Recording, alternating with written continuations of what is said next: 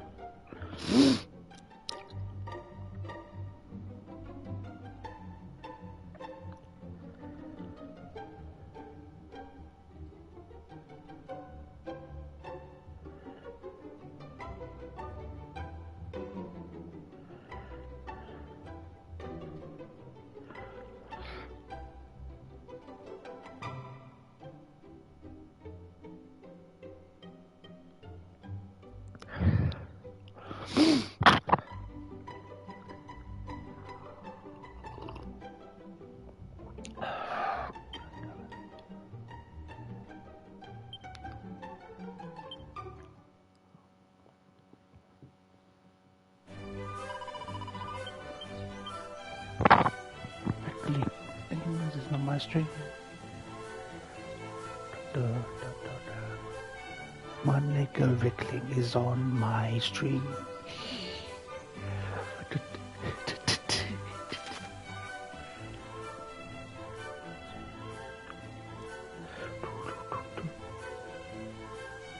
My nigga Rickling is on my stream.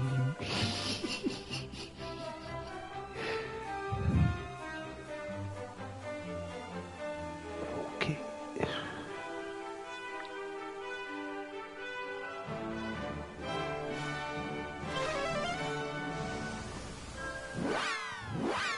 Rickling is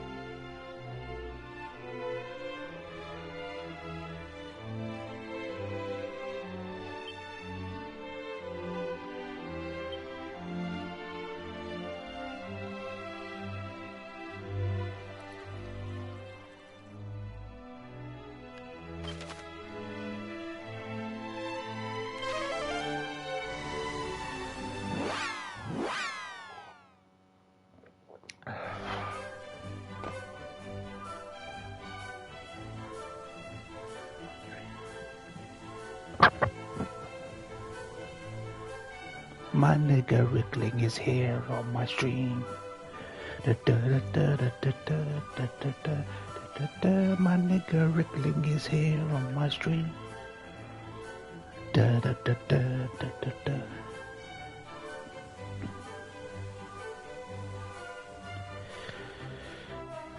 Fuck.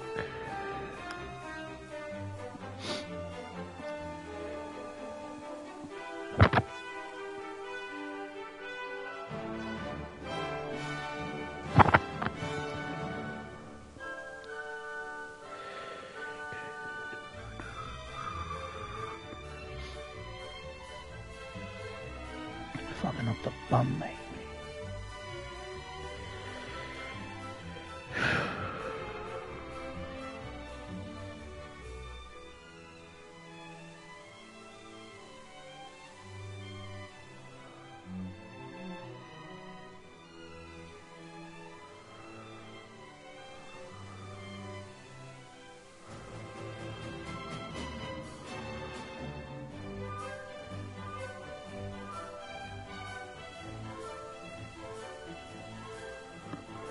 Drown Lord fucking first floor, brother. Dragon Lord fucking first floor.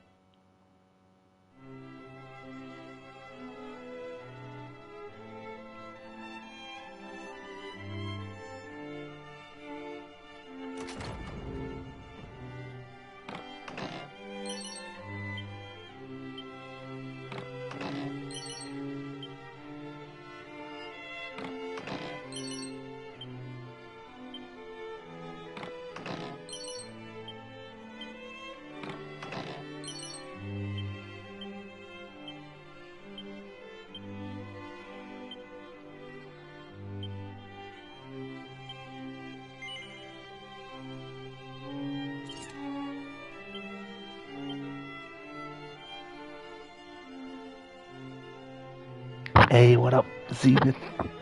My nigga Zenith. My nigga Zach. The game of the year, eh? Derangement Syndrome. Expedition 33 Derangement Syndrome. Dude, it's literally that, but in the gaming world right now. Zenith. Dude, Naoki Hamaguchi is fucking voting for... He's already said... Naoki Hamaguchi, FS7 Rebirth Director, is voting for E33. It's like, that should be the final word on it. It should unite the weebs and the fucking... the Westeroboos.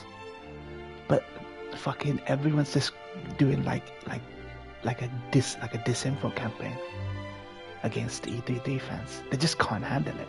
This anti-E3 reminds me of US scientists calling people anti-Semites left and right. Yeah, it does. It does. You know how politics has talking points, and it doesn't matter what news channel you're watching, you feel like somebody's regurgitating off a memo, right, that they received, that's being passed around in secret. and they're all regurgitating in their own way. That's what it feels like in E3D right now. They keep pushing this one talking point. You're not a real JRPG fan. You've never played a good JRPG. So you've never played JRPG since 2001. The memes that are going around are all about this one sticking point, this one talking point. That if you think that Expedition 33 is amazing, you're not a JRPG fan. You don't play JRPGs. I don't understand where this came from.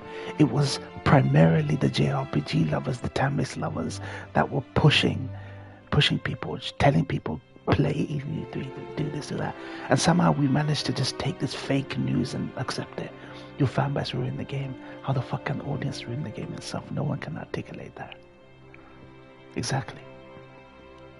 I've never heard of a game being ruined by excessive positive coverage.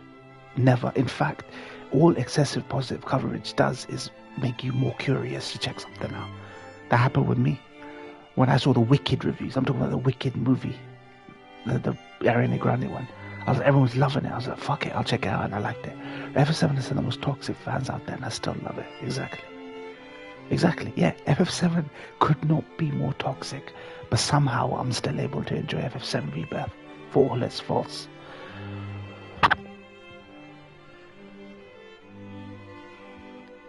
Heck, they also have the most excessively positively toxic fan base, and I'm still able to enjoy it. But it's like the people that are attacking us aren't even criticizing the game for being bad. So then what's your point then? If the game isn't bad, then what exactly is your point? That the game's too good. The game's too good. It's stupid. It's fucking weird, man.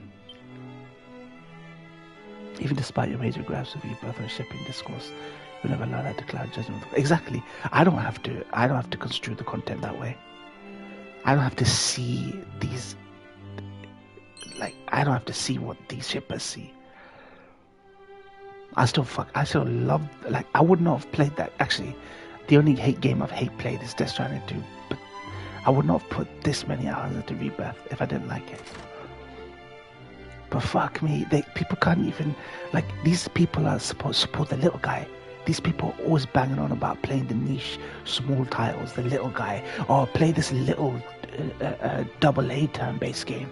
Bro, why are you ignoring all these small turn-based games where you're ignoring the little Octopath 2, you're ignoring the little Dq2 Hd-2D, where, okay, support the little guy, then turn-based, the studio. It's the most forced hate I've ever seen in my 30 years playing games. Agreed, 100%. 100%. And dude, that's something coming from you, because you were there when 16. You were there for the 16 discourse. And for you to say that it's the most forced hate you've ever seen, that is the final word on it. It's fucking forced hate. It's fucking insane to me.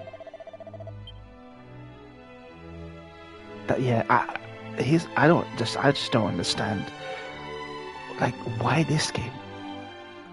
So many of us, even the dormant ones, have been waiting for a AA.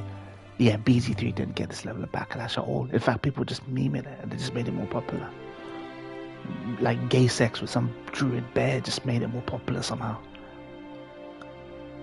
Or some shit. But it's I don't know why this game. Maybe it's a Western RPG. Maybe that just rubs people the wrong way. I think it's the weebs as well. It's mainly the people that feel like, oh, you've ignored Octopath, you've ignored the Japanese, you've ignored the Romancing Saga remake and the Trails of Mana remake. I had barely touched BG3 the year it came out, and even I could admit the obvious. It was an incredible piece of art. Exactly. Yeah. I love BG3. It wasn't without its faults either. But it's you don't suddenly hate a game that just does really well and sets the world on fire. I don't know what it is about this game. It's not even like we get games like this. If this was just another fucking rinse and repeat, copy and paste, a AAA turn-based game, I'd understand. It'll be like, oh god, this is like roguelike, Souls-like again, over and over and over. We haven't had this kind of game since Lost Odyssey. Arguably, we haven't had this since Lost Odyssey, and as soon as it comes along, the community just. I think what it is it is turn-based. It is turn-based. I think I don't understand. It's like people can't fathom that you can make turn-based at a AAA level. A few viral posts saying it revived the genre, triggered a lot of people. And they go, yeah, that's true. I think there's both sides of the play. One side is not good at articulating themselves, and that's just a byproduct of social media. The most inarticulate people get away with like 2.7 likes on a tweet that just doesn't articulate anything. I think we understand what they mean. I know what I mean when I say AAA, high fidelity, turn-based. Like not, that's not cell shaded. How many cell shaded animes? They may as well be animes. Cell shaded fucking JRPGs have we had? Revive the genre is incredibly inarticulate. Exactly. Revive assumes that something's been dead. So what are we talking about? We're not talking about turn-based JRPGs just alone, because we've had those for ages. Metaphor, Persona, fucking Trails, blah blah blah, whatever. We know what they're talking about. AAA. Yeah, classic Square style, not RPGs overall. Exactly. Square style, high fidelity, AAA turn-based.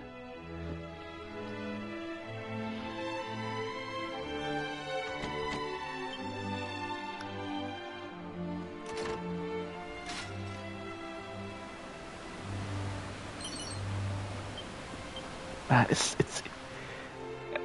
they're just feeding off these inarticulate people, man. And my problem is the big YouTube influencers, apart from maybe Night Sky Prince and one or two others, aren't actually reinforcing this point that we're talking about a spiritual sibling to FF10, something more in the vein of FF10, a kind of lean adventure FF, not a ballooning budget, not open world grind fest, that kind of game. It's weird. I think the problem, Zach, is we're gonna get aged out of this.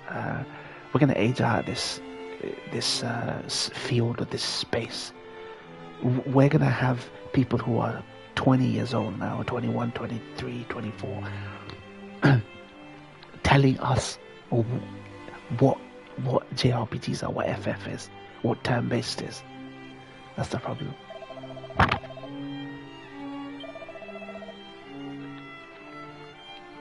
I don't even know what corner of the fandom these people even come from, to be honest. Yeah, exactly. I don't recognize them. And these people don't play games, as far as I can tell.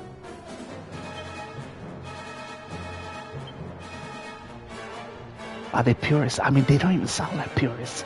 If they were purists, they would fully champion and support E33.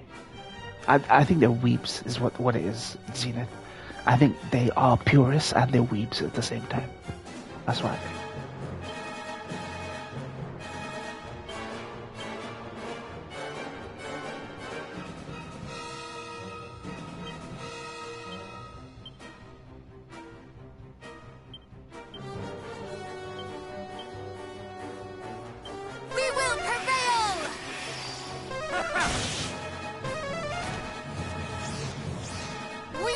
More generally, only gamers just want the hype without playing and some decide they can't be as good as we say. They made fuck E2D, their personality. Yeah, that's something I hate. People who make one game their personality.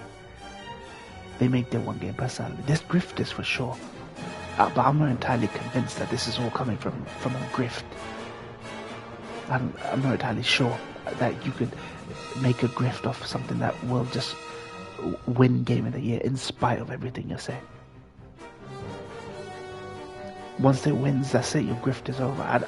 It's genuinely coming from weeps, I think, because I know someone who says he's not on any side of this debate, but I constantly see that this person retweet those tweets oh, look at these normies saying that JRPGs revived and they have ignored the JRPGs that came out in the last 10 years. He keeps retweeting them on this Dilo like Sal, trying to be subtle about it, like he really is on that side. I think it is the weeps bit mainly. They just can't understand how JRPG is suddenly on the map. How these French normies came into the field and managed to convince the world of turn-based. You know what I mean? Like, they convinced the world of turn-based and they sat there ignoring us, our niche. You know what I mean? Yeah, this is a good example of why the vote can't solely be up to the audience. Needs some level of gatekeeping, otherwise the hate campaign will win. Exactly, precisely. Now I totally understand why the weighting of the votes is 10% 10% the public, 90% the gaming, like the gaming media.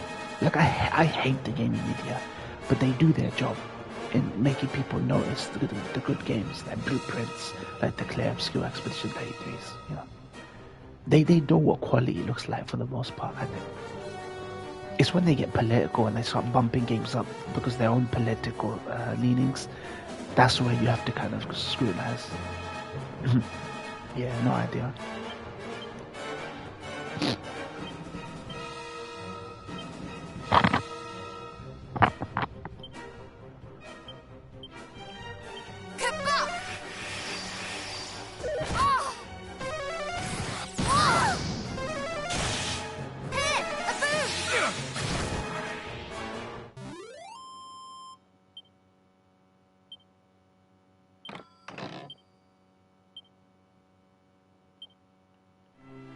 But man, it's gonna win, and the meltdowns, I just can't wait. I cannot wait for the 1 or 2 days after, where you see the meltdowns. Like that guy who said Arc Raiders should get the game of the year, whatever live service game. I don't know what the guy's name is, the YouTuber. So who's that influencer who's telling people to not vote for X-Men 33? Because it's a turn-based game. The only thing that will make it Shroud, that's it. The only thing that will make it better is if they clean sweep all the nominations. A perfect 12 for 12. I mean, I thought I'd be voting for Clear Obscure Expedition 33 in most categories. But actually, there were 1 or 2 categories where I decided, actually, I played this other game and I actually prefer the story or prefer this. But yeah, I think at least 3 or 4 nominations. Clear Obscure is winning. He told us audience to mass vote against GT3. Not realize the player voice is like 10%. Yeah. That's not going to shift it. I don't think the entirety of the 10% is going to shift it. Okay.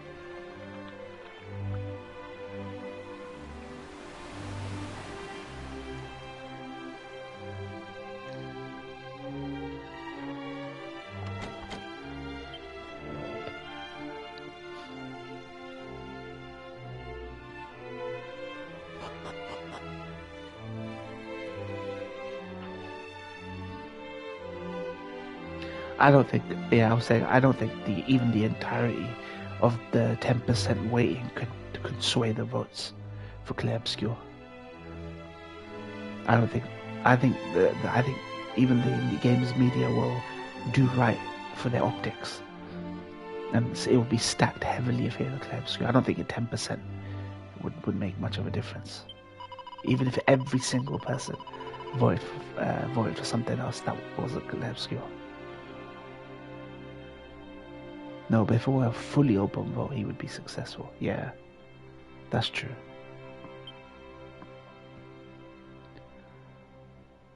But damn, I've never seen an influencer actually tell their audience to actively go against the game. I mean, he hasn't even played it.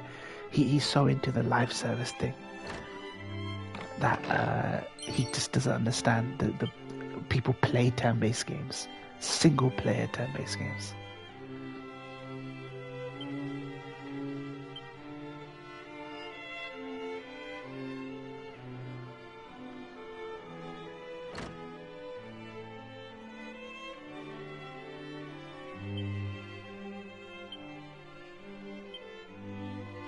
I'll understand, like, Chris Reagan's a good example of someone who has an open mind. He's very much a first-person shooter, live service kind of guy. You know, the Destiny, the CODs, the multiplayer, you know. But even he can see, you know, the value of Rebirth. Like, he's given Rebirth a go.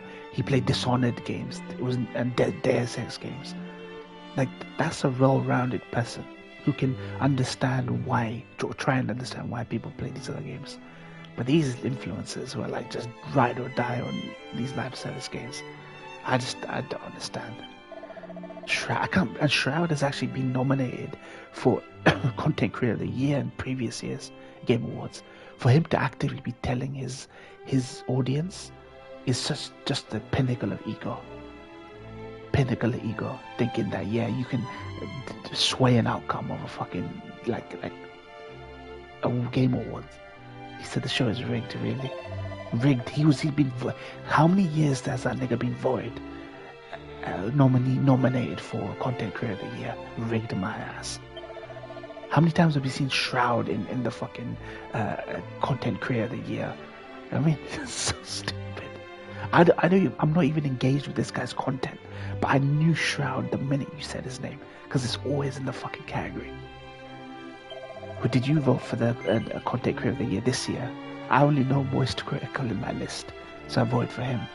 Plus, he's not entirely full of dog shit takes like other people, or, you know, obnoxious cringy VTuber or gimmick channel. So I just gave it. Oh, you skipped it. Okay, I just gave it to Moist Critical.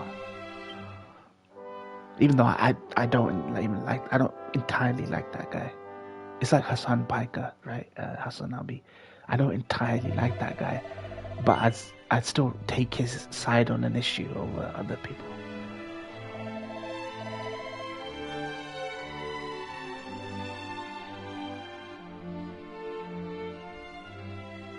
FF14 still going strong in categories. FF14 going really strong in categories. I gave it my best online game. I gave it to FF14. Even though I haven't finished Shadowbringers, I fucking really enjoy my time playing it.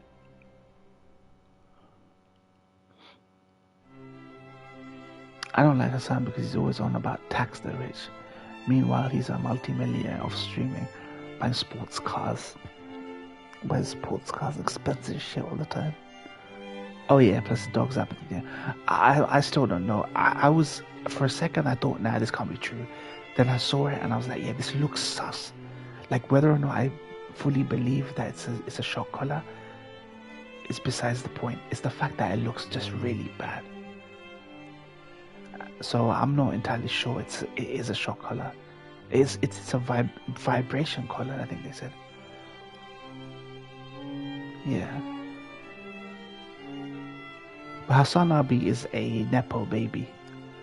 I think he is a Nepo baby in the sense that his family is kind of famous, like his uncle is the Young Turks founder. So he's from money, the guy. It's not like he wasn't from money. He's a rich Turk. But obviously on the Israel-Palestine side, I take his side, which is the only time I engage with him. I don't even watch his YouTube content, none of his like streams or anything.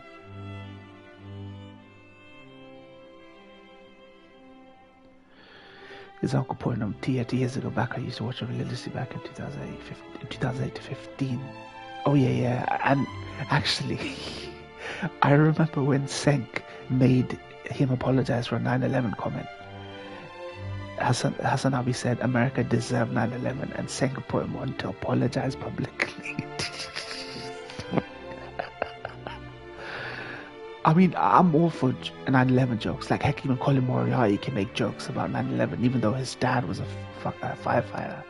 Like, Wood could have died if he was there, if he was on duty there.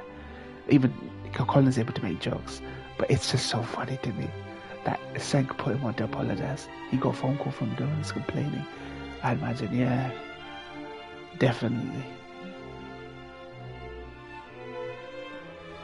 Ultra sensitive. I think even the conservatives have been like, the conservatives who were around at that time would have been like, dude, just give the guy a break. But it's the progressives and the Democrats that would have been really up in arms about, oh, you can't make jokes about that.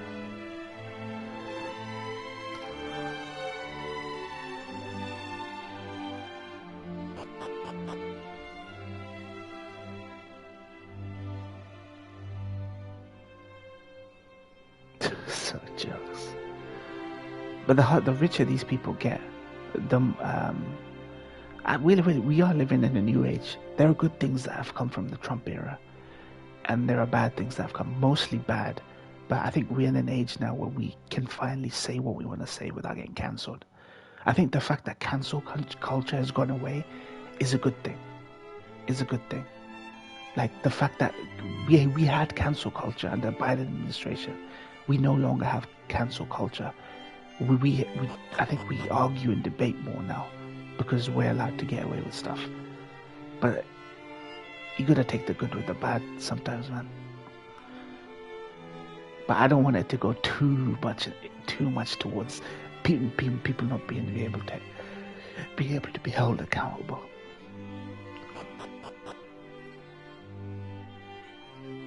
I think I can get away now with saying stuff that I would never have said like 6 years ago. But that also means I have to take a certain level of abuse that to all fucking tolerate now. It's a double-edged sword. I feel like when one side gets extreme, the other side gets extreme. That's the problem. I've had to get more extreme because there's no way I can have a post of someone saying Muslims are pedophile or rapists taken down now. You would have been able to get it taken down like 7 years ago. You can't get that taken down now. I go, okay, if this nigga fucking gets to say that, I get to say whatever the fuck I want to say. Absolute retards get propped up on social media now. People who definitely did not have any business with Mike and that. That's so true. That's so fucking true. Isn't it funny how these people are so political now? When they did not have a political bone in their body, they didn't care. They didn't care about taxes. They didn't care about the economy. They didn't care about people not being able to afford their groceries or their fucking utility bills or their energy bills. And now, because of this culture that we're in, these people have a mic now, and they're suddenly so retarded political, I say. Like, they're retarded political. They just feel like they have to be political now. It's difficult, man. It's difficult. Before 2016, most people in America would get political during election season and then go back to normal. Now it's 24/7. Yeah.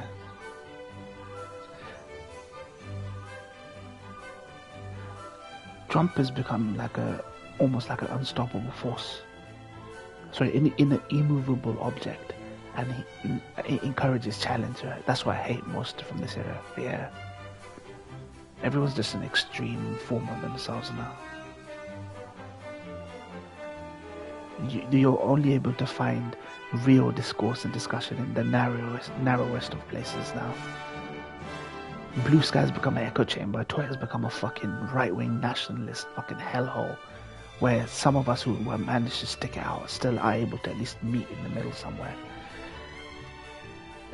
The mainstream media is just completely irrelevant now.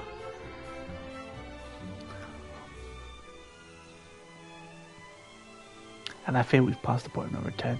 Even when there's some new president, regardless of party, the terms of engagement have changed. Yeah, there's not going to be any sort of bipartisanry is gone. We had kind of had bipartisanry like 10 years ago. Even in the UK, we had governments to form coalitions, or they were together on certain things like immigration. But now the rules, like you say, rules of engagement has changed. People are entrenched. They've drawn their lines. There's no meeting in the middle anymore. That's why I think America and UK both need a third or fourth way, like a new party. We need populism to counter the right-wing populism that we have. So there's some sort of new way is coming. Like look how Marjorie Taylor Greene's being treated.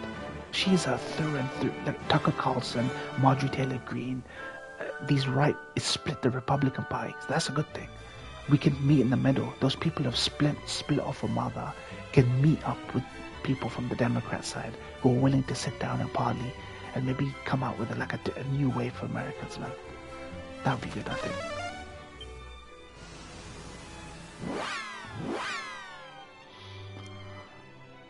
And anytime someone makes a new party, they get demonized into oblivion as traitors who steal votes from the main parties. I think that's why populism is needed.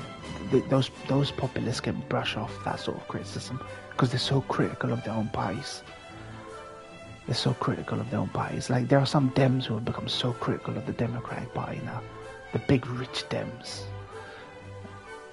And the little guys finally be able to say, yeah, you guys have just been doing it wrong. You guys are so ineffectual.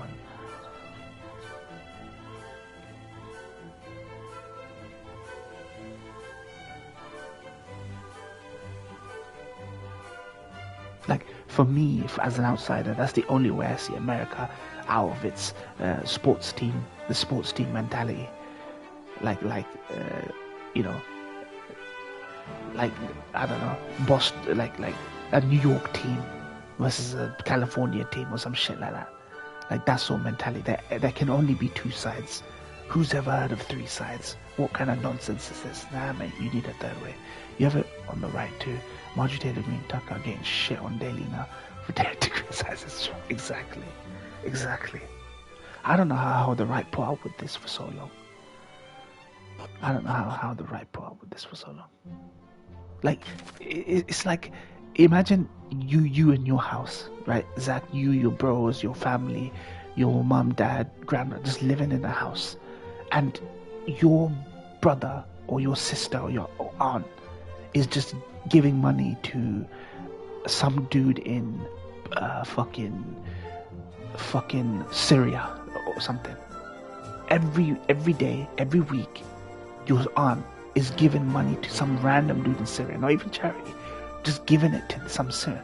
And you must be thinking, dude, we need this money for our family, to feed ourselves, to pay the rent, to pay the bills, to do that. It's literally that. How have you put up with this for so long, this Israel thing? Just giving money away to Israel.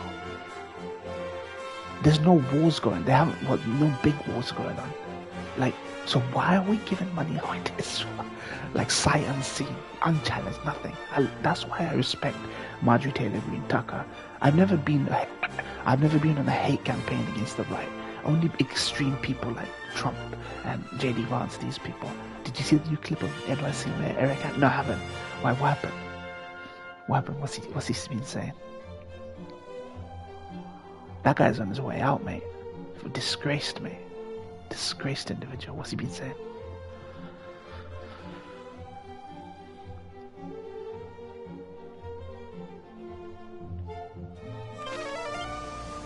What's he been saying? He went to Israel the other day and told a crowd of Israelis, I want you to know I worked every day to serve you as mayor of New York. I'm sorry, man. When has Israel been little America, man? What is fucking going on, bro? What the fuck is going on? Dude, I would hold Mamdani to account if he was doing this to Saudi, like Trump was doing this week. Did you see you saw the clip of Trump defending the Saudi prince, right, this week? He's a black dude from the Bronx, NYC, and he was working on behalf of Israel. Exactly. And this week, Trump was defending Mohammed bin Salman next to him. Not only did he completely say that killing a journalist was fine, killing a journalist or executing a journalist was completely fine. He was just sitting there gaslighting people. When he's sitting next to Saudi, it'd be like that. You know what I mean? We all have criticism of Saudi. We all have criticism of Israel. but you'd never see it as extreme on site. I know Democrats have big deals with it, but now Trump has deals with Saudi, and they're not about to jeopardize that. So it's fucking crazy, this whole thing. It's fucking crazy.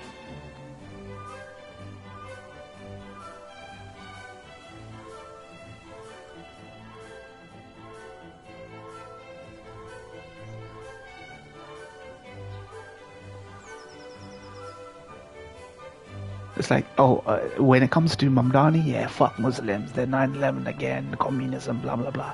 Sitting next to Mohammed bin Salman, mate, fucking Saudi ass, weeb ass fuck. He's there just defending him, simping for him, right next to him. Stupid, man.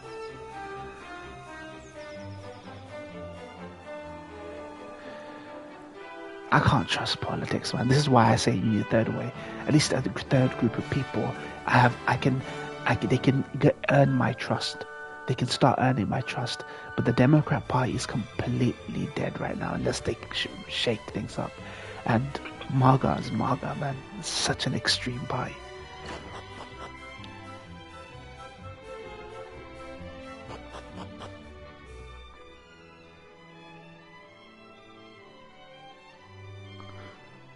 I do believe that after Trump's gone, there will be a third way emerging.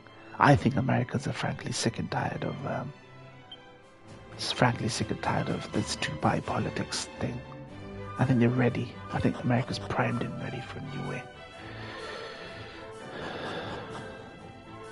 How much abuse can someone take? I don't think the Americans are suckers for abuse. There's only so much like hard-working Americans will take before something has to give. You know what I mean? Something has to change.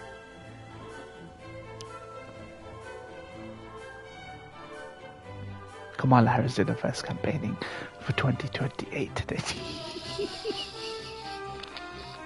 Fuck that bitch. Fuck that bitch. I can't believe she thinks she has a chance. Dude, she has no chance. She has no fucking chance. Mamdani has a bigger chance, and he's not even in the race. If Mamdani was to campaign now, he'd have a chance. Ain't no fucking way, mate. Ain't no fucking way. If they put up against Vance, you'll get slaughtered, yeah. I think Vance is disgusting. I think Vance might be more disgusting than fucking Trump. So I don't want to see Vance. But if they put her up against Vance, oh man, she'd get fucking ripped to shreds. She'd get ripped to shreds, man. I don't believe in seniority and tenure, Zach. I really don't now. I don't believe in this myth of seniority and tenure. They did that with Bernie versus fucking. They're hypocrites. They threw that out the bag when it came to Hillary. They go, it's Hillary's time now, Bernie, and Bernie backed down like a little fucking dog, little New York dog in the streets, mate. I was like, wait. So do you value seniority and tenure? Look at Biden. Look what you did with Biden. We threw Bernie under the bus. But no, it's Hillary's time right now. Fuck all this seniority, tenure crap. I think we need a young. I believe that younger. We need someone on the younger side. So in that sense, that Vance would have a fucking advantage against her, but nah, not even Vance. I want someone populist on the left, not Kamala, fucking establishment Democrats taking money from billionaires and fucking trillionaires. And Vance, nah, no way. The problem they have right now is they have no strong candidates. Yeah.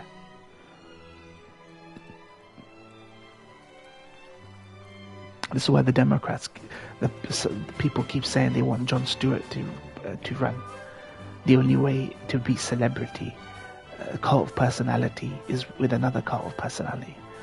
AFC is the only one, and she's a phony who's abstained from voting as well. Instead of voting, no, yeah, she is a career politician. I think there is a media training that goes on for politicians so that they look squeaky clean. And I can see through that now because the media training in America is so obvious.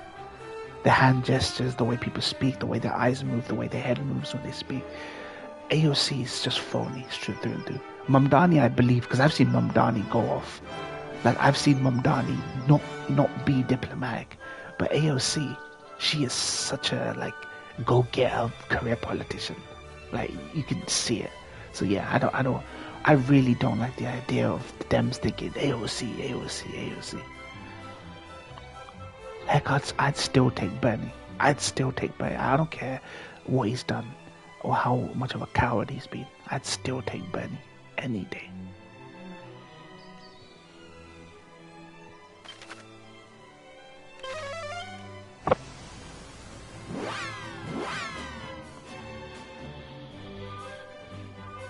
I mean, dude, he's still got his faculties, mate.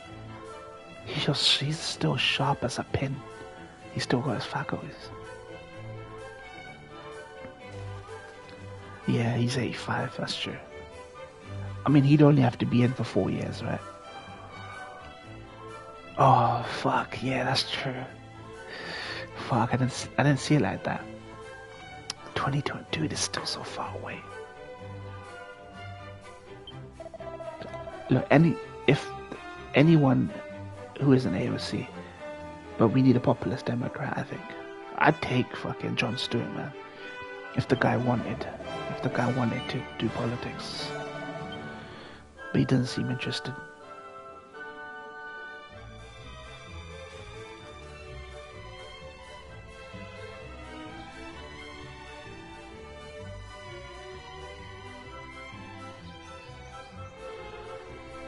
I mean, you can see how dire it is for the Democrats. The fact that Jon Stewart is the only hope. But they have some people. I've seen podcasts where people are throwing names into the hat. Blah blah. I've never heard of these people. But I'm guessing most of America have never heard of these people.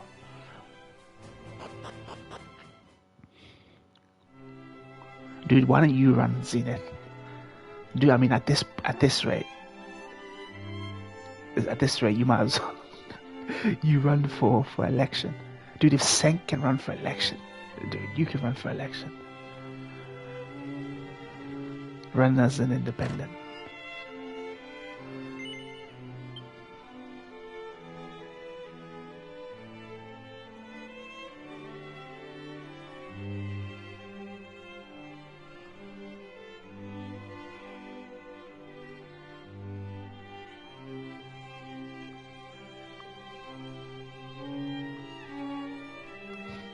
William Aguilar, that guy in our group, the Twitter group, the guy who does the grifting, Sony stuff. He not even fun, ironically or as a joke, said he wants to run for president. And I asked him about it just before he left the group, about a year and a half, 2 years ago, and he was still adamant that he would be running for. He would try and run for president. That guy is so fucking deluded, William Aguilar is, man. Infographics.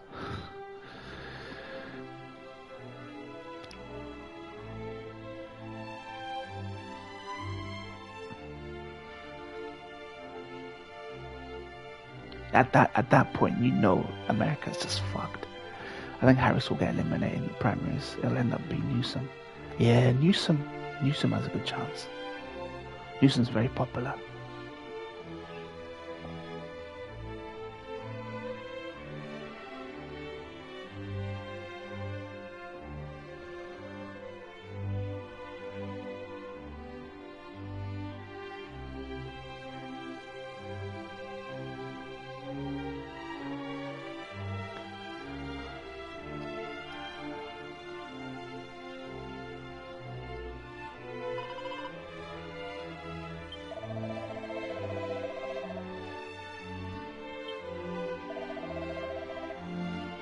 Popular, but it's all a front. If you look at the state, he's a shit job overall, massive debt, homeless, crime to the roof. I mean, was it like that before? Was it like that before him? Or was it just continuing the trend? But people don't care about these days. It's all about viral posts online. That's true.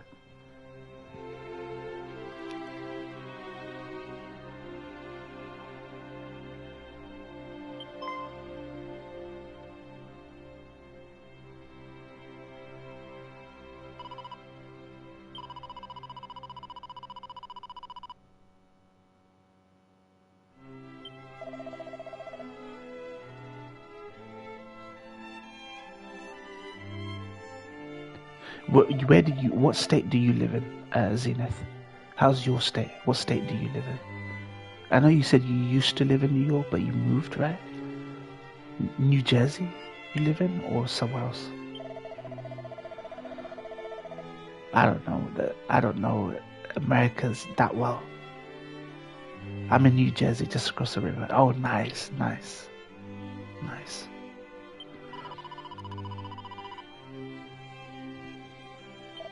I can see Brooklyn from the park in my town. Nice.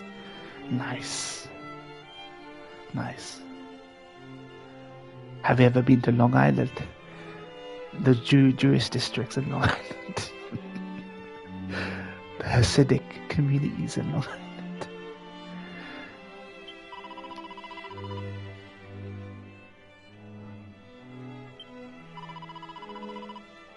For every person that says a place is different, like where you are is so different from where we are. It's not really. Long Island's a red pocket of New York. Okay. It gets more red the further east down the island you go. Yeah. A lot of conservative Jews in Long Island, from everything that Colin said over the last fucking 15 years, man.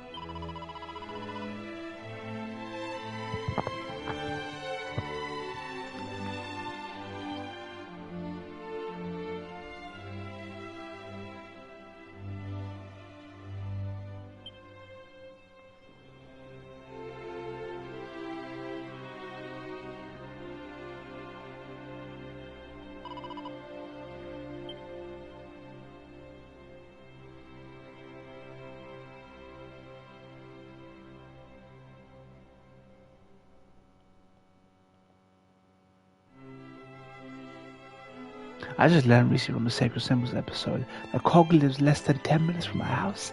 He's in the town next to mine, here in New Jersey. Really? Bro, he's a local lad, yeah? He's a local lad. Dude, you could bump into him one of these days. Very easily you could bump into him or his homies. That's jokes, man. That's fucking jokes. That's great. I was saying, it's good that FF Tactics is nominated for Best Tactical Game at the Game Awards. I didn't think he would make it. He's from UCZ, but I believe he moved out of the city because it's cheaper. Yeah.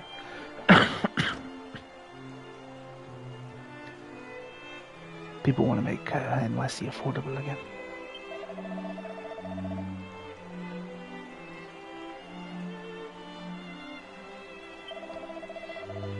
People are mad about Tactics getting on. Why?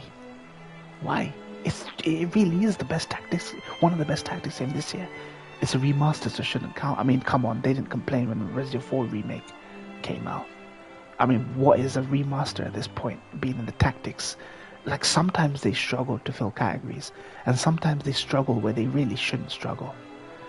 It's like Split Fiction and Blueprints not being in the Game of the Year. Why did you put Hades 2 on? Rebirth got a Game of the Year nom last year. Exactly. And a DLC was able to not get nominated for Best Ongoing Game for somehow. Cyberpunk, just because of a DLC.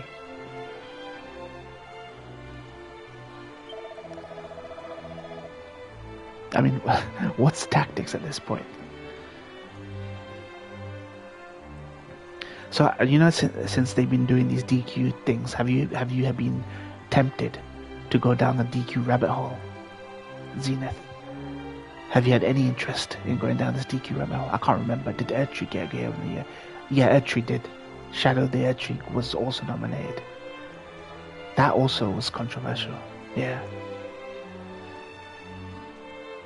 It got nominated as a game in its own right, I think, because of the size of it for some reason. And everyone was talking about Shadow the Erdtree. I do have interest. Might download it for Switch on my Steam Deck. Yeah, do it, man. If you want that turn-based fix, the classic, like you played the Pixel remasters, and like you were doing your Twitter reviews on the remasters, but think of it slightly more polished production, upgraded, just that over and over. But they're really damn good games. Like even though I would say, even though I finished DQ11 like years ago, I am now down the rabbit hole now. That's how I installed Tactics. Just haven't really dove into it. Yeah, I'd say if there's a time where that's the only game you can play, then you should play it. Tactics is one of those games that you can just completely feel like out your depth if you take a 2-month break, I think.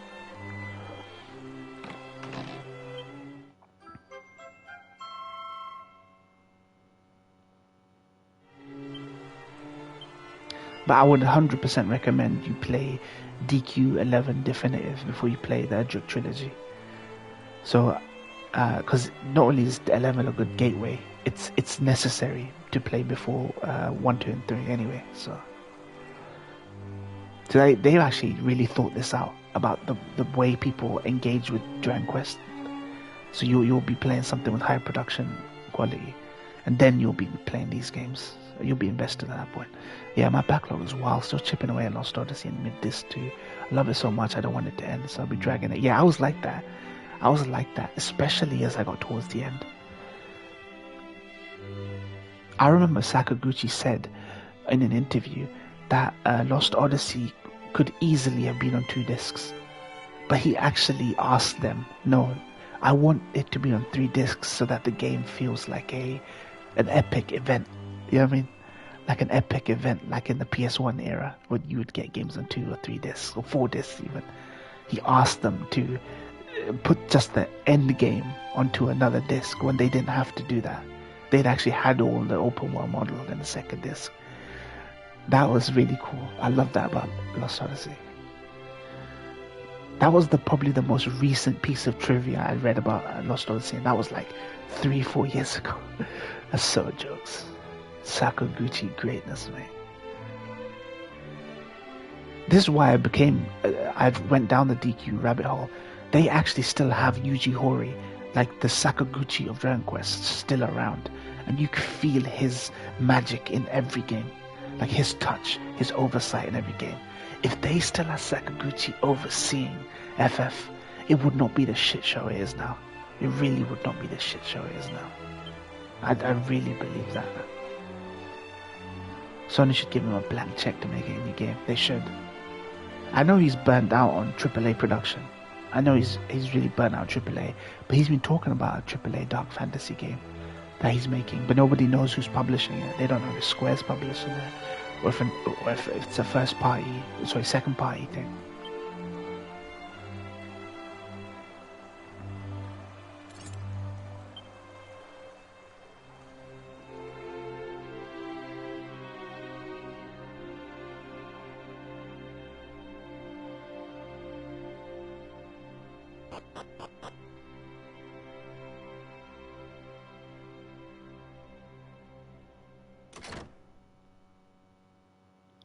But if he had access to Sony's resources, he could delegate a lot of the grunt work. Yeah, he could just write and produce. Yeah, exactly. Like, man, he still has it. He still has it in him. Like Lost Odyssey showed you that guy still has it in him to do such a great production like Lost Odyssey.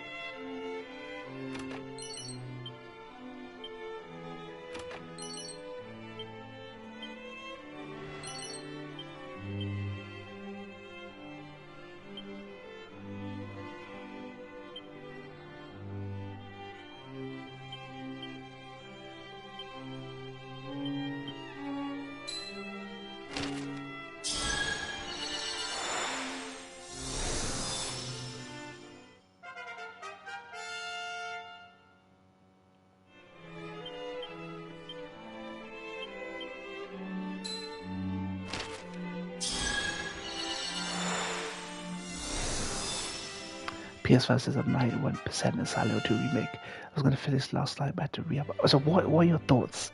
Yeah, you probably are. It's not a long game. Oh, okay. Yeah, you're basically near the end of the game. Let me know what if I speak to you next and you finished it. Let me know what ending you got basically. So how are you finding Silent Hill 2? Silent Hill 2 is one of those games that, like, I hate to say, I don't mean to sound pretentious, but it's a game that you really, really like get to grips with on a second playthrough once you know the ending. I think the ending of Silent Hill 2 puts the entire game into context. So when you replay the game, you start seeing things in the environment that you're like, oh, I get what this means. I'll just say up front, I got spoiled about 2 weeks ago. Okay. That's fine. It's still fine.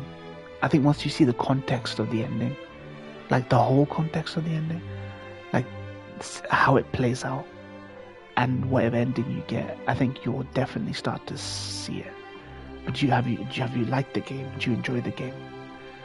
Do you enjoy the subtext, the themes, the music? I was in Discord chat playing Battlefield 6 and mentioned Silent Hill. Some dude blurred out the major spoiler for no reason, like a prick. Really?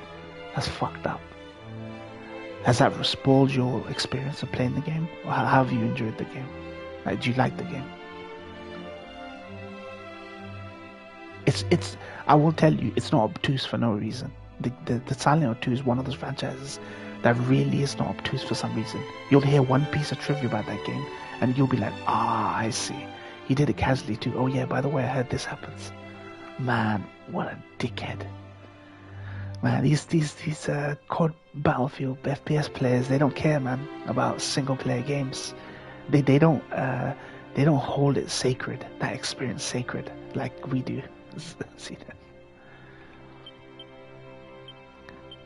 It's not sacred to them. Story campaigns are not sacred to them, to these kind of people. For them, the campaign is the bonus when they buy a PS game. It's the multiplayer they buy it for. I'm loving it. I think in these last few hours I'm feeling that it's time for it to end. Yeah. And it's ending. Overall, I love it. 9 out of 10 so far. That's good. Yeah, it is ending. Like, you're basically in the last area of the game. If you're in the other world of Lakeview, then you're basically right next to the end. You're basically finding the music box pieces, the mermaid, the princess, Cinderella, those things.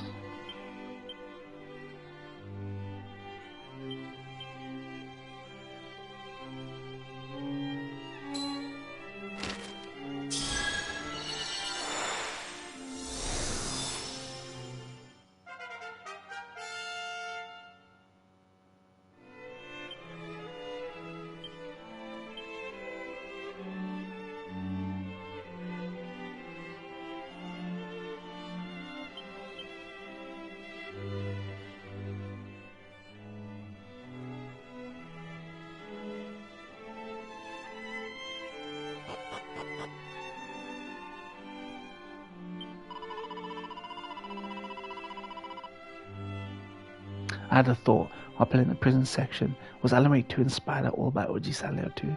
Was the remake inspired at all by Alan Wake? Feels right. Yeah, there is a prison section, the original Silent Hill 2, but it's they've extended it in the remake. So I would say it's Silent Hill 2 informing Alan Wake. They wanted it to be more like Silent Hill 2 than like an action game like the first Alan Wake.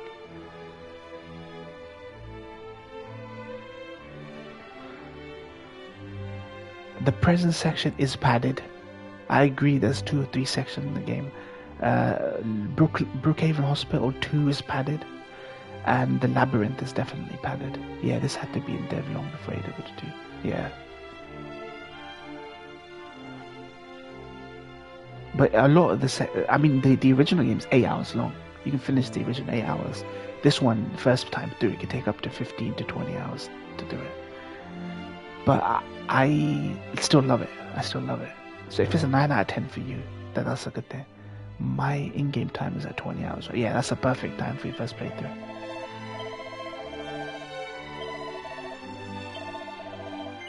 Silent Hill F has slightly more rewarding New Game Plus playthroughs, but though your first New Game Plus playthrough for Silent Hill 2 will give you access to up to 5 new endings that you can get. Oh, you check every area thoroughly though. Yeah, that makes sense. Yeah. You're meant to have lots of ammo in this game. This game's less about the combat and more about the taking in the environment and figuring out the story and what everything means. It's not like Resident Evil. But I'm so hyped for Resi 9, man. Are you hyped for Resident Evil 9 Requiem? It's a shame they're not putting a demo out, they said this week. But if that means that we can get the game sooner or it's more polished, then fine. I heard the combat was bad in this, or at least subpar. Yeah, I'm fine with it. Trust me. If you want to see bad combat, play Silent Hill F. Awful combat. You'll forget you're even playing a Silent Hill game. There's times you'll be like, I'm playing a shit Souls-like game. I mean, you've seen me fucking exhaust the point online. It's just got horrible combat. Like, I'm not even terrible at Souls-like games. It's not a skill issue. I feel like there's always someone that thinks it's a skill issue, but thankfully people haven't said it's a skill issue. They go, yeah, it is actually bad. I have 2 friends who said the combat is shit, but they love it anyway because yeah, the story is amazing. NG Plus is amazing. The new endings are amazing in F, but the combat is like half the experience. So like you can't. It's the elephant in the room you can't avoid. They've patched it recently. They've reduced the amount of combat encounters and the number of the size of the mobs that you fight as well recently in response to criticism. Imagine if Bloomer made it with Ryukishi 7 ranks to, oh man, it could have been so good. It could have been so good. It would have been a 9 from an 8 out of 10, which is for me. It was 7.9 for me. I just couldn't bring myself to give it an 8. I fucking hate the combat so much towards the end.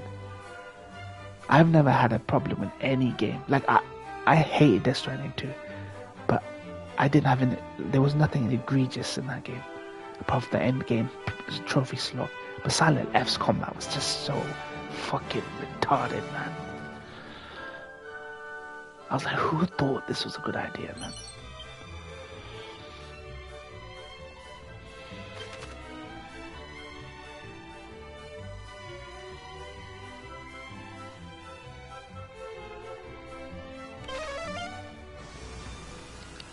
Oh yeah, definitely wait for a sale. I think you'll really dig it if you get it for a sale. Or free on PS Plus. Yeah.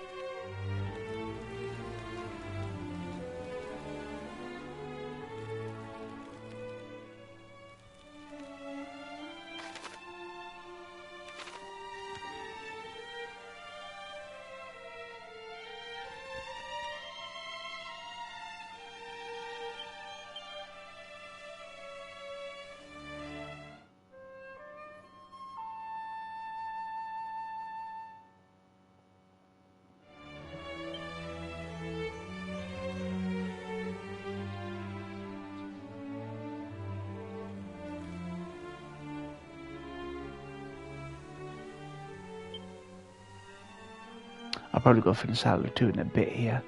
I don't know if I'll go for all endings yet. I might go watch on YouTube.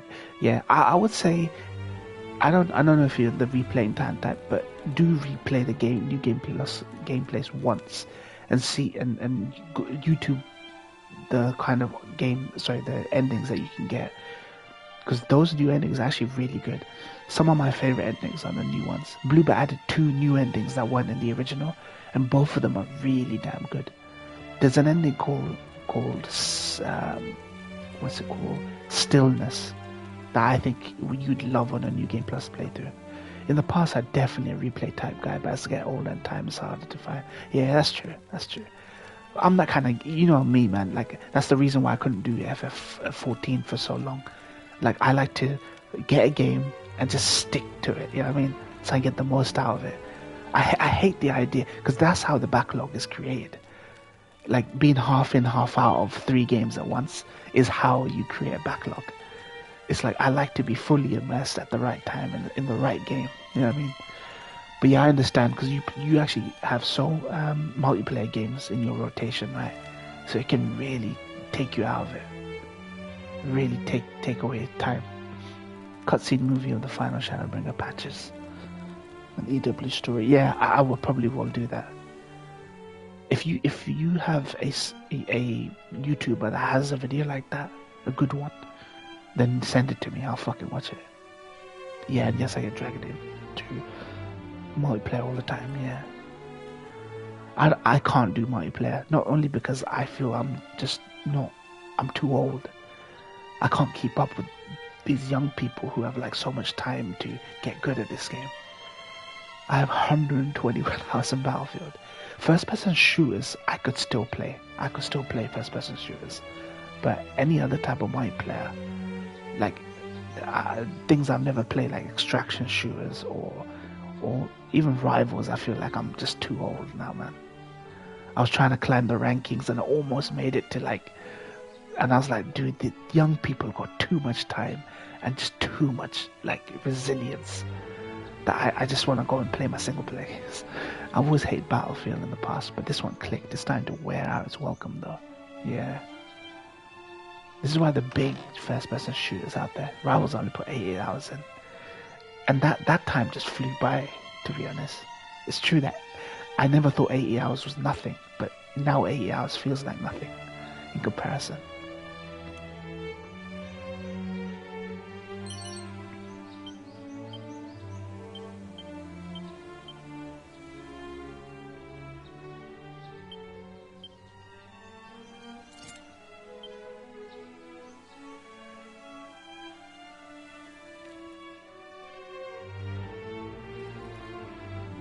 But yeah, you're basically in the end silent. You might be able to finish it tonight, to be honest. But yeah, let me know. Let me know what ending you get, what ending you got. Basically, I will tell you something. I mean, it's not going to spoil anything. But there's in your first playthrough, you only get access to 3 endings: good, neutral, and bad. And there's a rotten. I don't know if you have the rotten apple or the ripe apple in inventory. But the whole rotten ripe apple, rusted egg, scarlet egg, whatever choices or you use rotten, that's good, because that gives you points towards the good ending. And when you do fight the second to final boss, you'll know they'll make you pick between eggs. They'll make you pick up 2 eggs, a rusted egg and a scarlet egg, and you need to put it into doors. But don't just rush through the door. Whichever door you put the rusted egg on, go through that door, basically. They'll make you put both eggs in to 2 doors, but you choose which door you go through. Go through the rusted egg door, whichever door you put the rusted egg in. And you should have enough points for the true good ending. The canon good ending, basically. But that's if you want that ending. Otherwise, just go for whatever, man. Last year, the girl from Hellblade won Best Performance. Now I think Luke Roberts as James was robbed. Yeah, I think he was robbed. He's so good. That's the reason why I say if you ever get time for a New Game Plus playthrough, get the Stillness ending. He's so fucking good in there. His performance is subtle but excellent. Yeah, it really is. Like when he's looking at the drink in the bar, in Heaven's Night bar, and you know he was an alcoholic. He probably just started drinking while his wife was ill in hospital or something. And he's trying his best to not give in to temptation. Just subtle things in his face and his eyes. It's amazing. And for me, Stillness and it caps off that performance. He's so fucking good. I understand why Melina Jurgens won Hellblade for Hellblade. She really gave it her all. She's not even an actress, bro. She's a video editor for Ninja Theory. She would edit their videos and trailers and stuff. So she's not even a professional actress. but she gave it her all. So I understand why she won it. But Luke Roberts was snubbed, and I think it was stolen.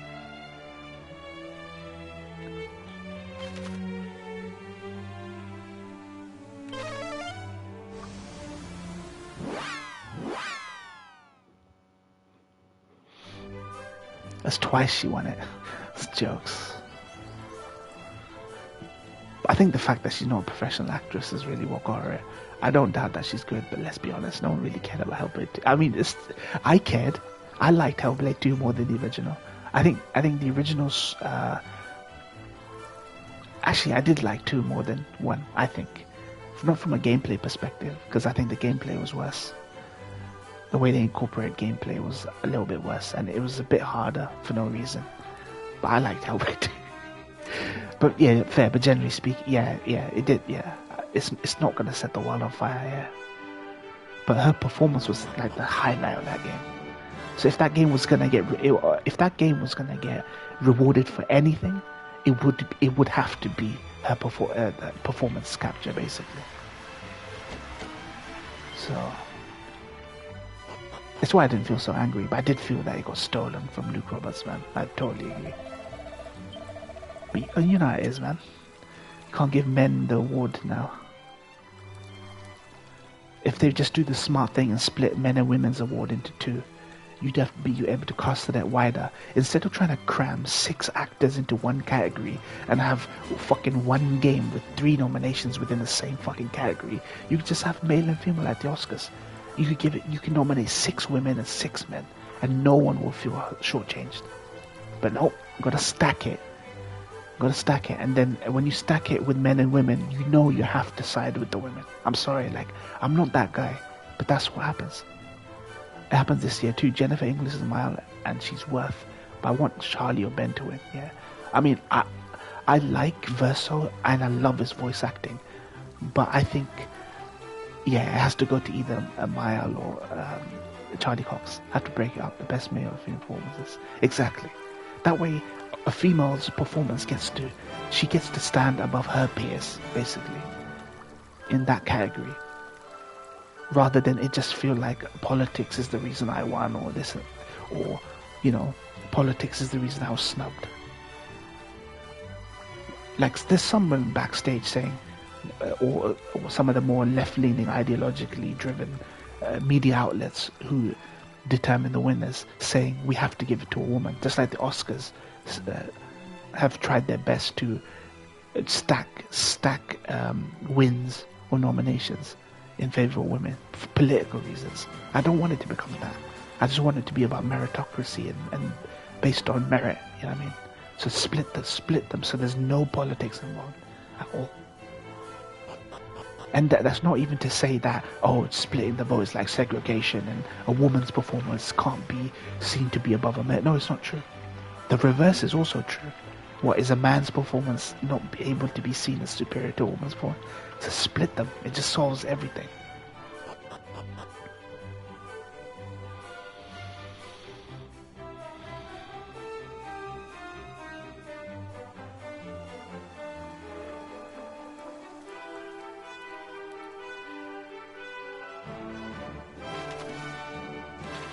Ilka Villi and Bob Matthew Perret was number 23. They nominated Melanie Liburd, the saga. Oh, for fuck's sake. Yeah, he just reminded me. Yeah, it's true. Ilka Villi and Peretta in particular should have won it. Like Peretta. Yeah, that was very political. That was very politically driven. I think even Keely's starting to realize that being too political is going to get you fucked. So I hope this year it doesn't feel like that. His mental breakdowns are alright. We're chilling. Yeah. 100%. Yeah, they got wrecked. And it's weird. It's like just split the category, man. You'll please a lot more people that way, man. Split the fucking category.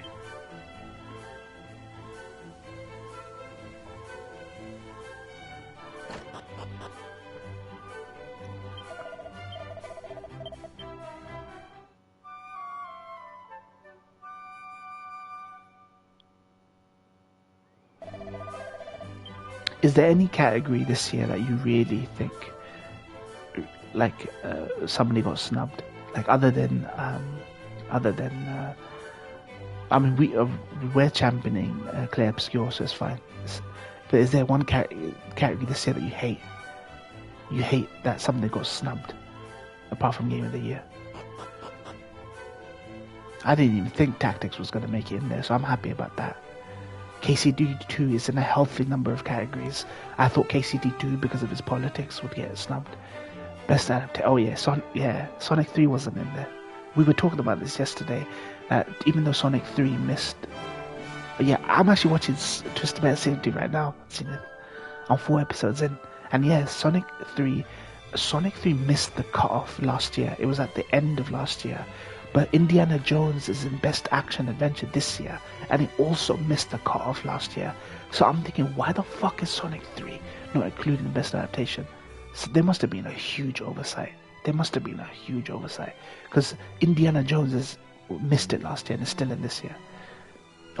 They forgot. And Twisted Metal Season 2 not being in makes no sense. Because I actually think Twisted Metal 2 is an unashamed fun. It's creatively unrestrained, unashamed fun. I'm like 4 episodes this season. I'm really enjoying it. It's not a prestige television or anything like that, but it's just, for a video game adaptation, it's really good. How'd you put Until Dawn until you do it? People hated it. Oh, trust me, people hated Until Dawn. If you watch the Until Dawn movie, they shit all over canon so despicably. I don't even know there was a Splinter Cell show.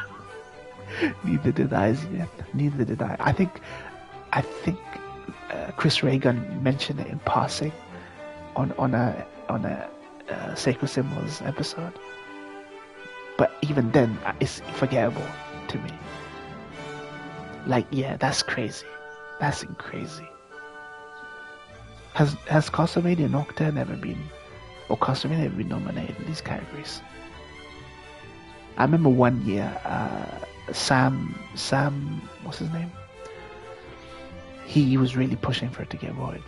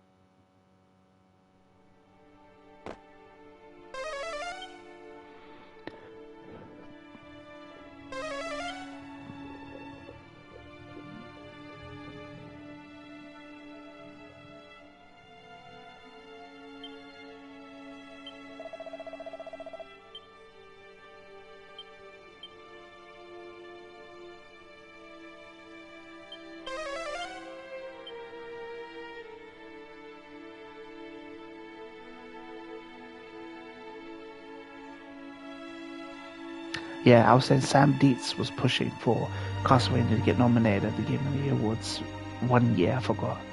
But yes, Castlevania was nominated, at least in previous years.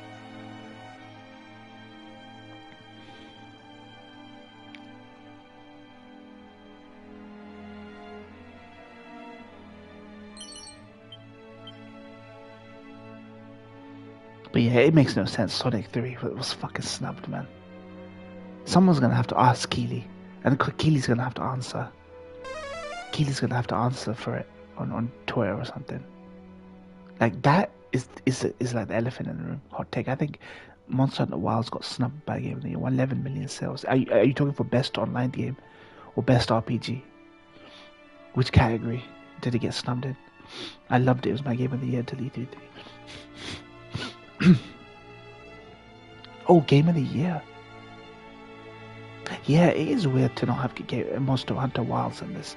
Even though I'm not a fan of Monster Hunter Wilds, I'm aware of its like meteoric success. It's Capcom's most profitable game. My personalist would have it. Yeah, it's Capcom's most profitable game. It's a weird admission for sure. Maybe this year we're so fucking spoiled for choice this year. People said they made it too casual friendly and not enough to do in the end game. I mean, there's plenty of games on the nominees that have flaws, but it's no one can deny that it's how fucking successful Monster Hunter this game was. Yeah, these weird admissions means that they were struggling. They weren't struggling to fill those categories, so people start mass downloading on Steam. Oh, okay, I see. I wasn't aware of this. I was not aware of this. This downvoting campaign or whatever it was.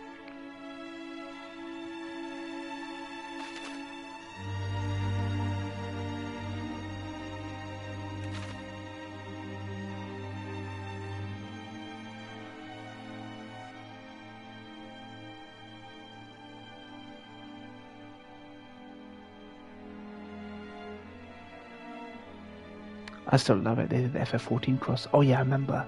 You can fight. You can fight Mega. Really? I didn't know, dude. I saw the trailer for the crossover, Monster Hunter crossover. I didn't think that a Mega would be involved. I guess Mega is one of those other next to Gilgamesh is one of those characters that can travel through the interdimensional rift, like time travel almost. They always do time travel narratives. The Mega and not time travel, but like multiverse narratives with the Mega and Gilgamesh. So maybe that's how they did it. I just did the FF14 side of it last night. They put Arkveld in 14. Oh shit! One of the main monsters in Wilds. Okay, that reminds me of the Monster Hunter collaboration between Metal Gear Solid, Peace Walker. That was the last time I remember there being a Monster Hunter crossover. Is Arkveld like a T-Rex or something? Or is it something else? Does it look like a T-Rex, or is it a different enemy? Because that was the one you fought in. Rathalos. That's it. Wasn't it Rathalos? I think Rathalos was. They did one for World as well. You can write Rathalos. I think Rathalos is the T-Rex one. One that basically looks like a T-Rex.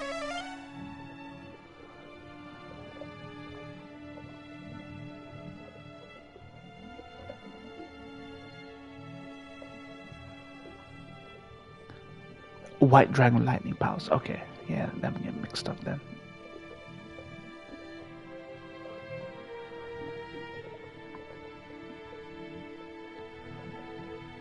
I think Rathalos is the one.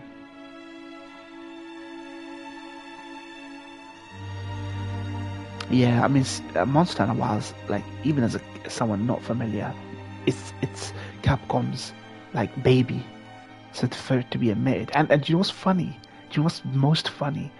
Didn't one of Keely's events open or close with a Monster Hunter reveal? They sponsored his fucking event, bro. Monster Hunter Capcom did a sponsorship deal with Keely to have it shown off at the end of one of his last Game Awards or one of his events. I forgot which it was. I think it was. So it's crazy, that admission. Capcom must be frantically emailing this guy, telling him, dude, what the fuck, bro? Or maybe they left it off because it's controversial to put on a nominee who sponsored you or did such a huge lucrative big money deal. Maybe that's why.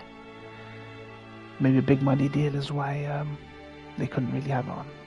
If they cared about that, Kojima wouldn't be that. No, that's a freebie. That's a fucking freebie he throws to Kojima. That's like what we call in the UK mates rates. When you basically give someone a fucking 5-figure discount. Mates rates.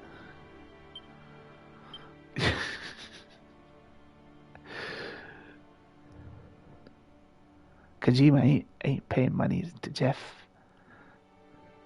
Jeff is like, dude, I'll do it for free. I beg you, bro, I'll do it for free.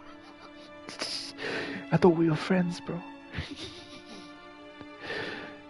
I doubt they're even friends. Like, I doubt they even hang out. Like, Kojima has a LA studio. He has a he has a studio in LA because it makes things easier, and he's working so intimately with Sony on Fizzin. He has to be in LA. Like, he probably has to. It's all PR bullshit. Yeah, it's PR bullshit. They're not fucking friends, bro. And dude, what does Jeff even do most of the year? What's his job? Like, you can't tell me events organizer is your job, because you only organize 3 events now: Gamescom, Gamescom, Summer ONL, and the Game Awards. That's 3. You telling me you make bucks off fucking just doing fucking, like, what's his day job? And he's a nepo baby as well. His dad was like a big guy in IMAX. He used to work for IMAX. He's probably getting flown out every week to some studio to play Unreal. Oh, that's true. Yeah, it's for clout now. You got to get in good with fucking Jeff, and he'll showcase you, mate. You can come to a good deal with him, 50% off, to get your fucking thing shown at Game Awards. I will commend. I don't like Jeff as a person, but I cannot deny how much effort he's put in, and how much he's done to make games, this event, feel like an Oscars, feel like a big thing. Like, it's not quite E3, but it feels like E3. Did you see the Half-Life 3 rumors heating up? Jeff posted a screen cap from Steam, as Richard said, "One game." Someone asked what the game is. He replied with eyes emoji. Look, is that eyes as in it's obvious? Or I can't say. Yeah, I've heard the Half-Life 3 rumors. And yesterday I saw a bunch of them. I don't know if Half-Life 3 is ever going to be a thing. These rumors been going on for like 15 years. People are coupling that with the rumors. Oh, I see. Interesting. I have a feeling Half-Life 3 is going to get announced to launch with the Steam machine. Yeah, this is my guess. Is the Steam machine, the Steam console? It's gonna be there's gonna be a bundle. Yeah, launch title bundle. That's what I think. Steam are gonna go hard. I don't know if there's even gonna be Steam exclusives. Half-Life 3 Steam exclusive. I'll be getting it if it's a no more than 700. Yeah, agreed. I think Steam can keep their costs down. Steam know this game better than Nintendo. They know this game better than Xbox and PlayStation. They'll be able to keep that console down to a $550 to $600 price tag. I was having this conversation. I was saying, if it's in the $550 to $600 range, that's perfect.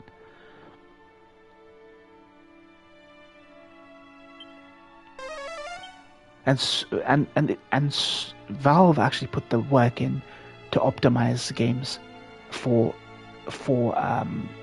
Steam OS without having the devs have to do it as well. They've actually gone out their way to make things compatible. If you want to siphon the console owners away, have to stay in the price range. Yeah, and it would be so alarming for Sony. Imagine someone playing a Sony PlayStation title on their Steam. Like, it's like Sony actually said. It's funny how Sony's announcement that they actually might scale back their PC strategy right as Steam console was announced. It doesn't feel like coincidence, because even Sony realized how optically bad it will look if everyone's just buying their games but on Steam OS and Steam get a cut or whatever it is. It's jokes. Sony were thinking they could relax now that Xbox were out the game, but they can't relax, man. There's always someone in there to fill the vacuum. It's roughly as powerful as a base PS5. Discless PS5 right now is 500. Okay, so that would mean 550 would be the ceiling, I think, for that console. They're saying it's a 4K 60 console, right? which I wouldn't say that even the PS5 isn't that console. I saw a breakdown earlier today, but PS5 Pro is still more powerful than Steam Machine. They know that the PlayStation 5 life cycle is going to be longer than it naturally would have been, because they've seen people cling to the previous gen PS4 so much. So they realize that these gens are way too short. We need to prolong these gens. So I think Steam are smart. They're as smart as Nintendo. Look at Nintendo. Nintendo even coming out with a console mid-gen, like mid-current gen. It's still way underpowered compared to PS5 Pro. Like, people don't care about boutique consoles. I think that's the truth. And I think that's what they realized. These boutique consoles are for like a bunch of whales, like, and I hate to even call them whales. They don't really support the market for these consoles.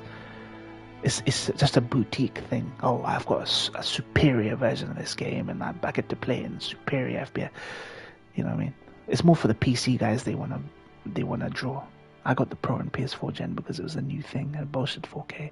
This time I skipped it. Yeah. It makes sense to skip it, man. I think Steam are onto something, man. Steam are onto something. It's the only way you could get me to buy a discless console. A Steam, because, and I'll tell you what, another thing Steam have on their side. I hate to say it. I really fucking hate to say it, but it's their unrestricted, lack of censorship and unrestricted, what's it called, storefront policy. Those fucking porno games, those fucking not suitable for work games, it's gonna make that console fucking sell like buckaloads. And I hate to say that because I despise storefronts with slop on them. But those porno games that people are gonna be playing in their fucking living room on their console, like a console experience, that's gonna shift units. People are underestimating the power of the goodness, mate.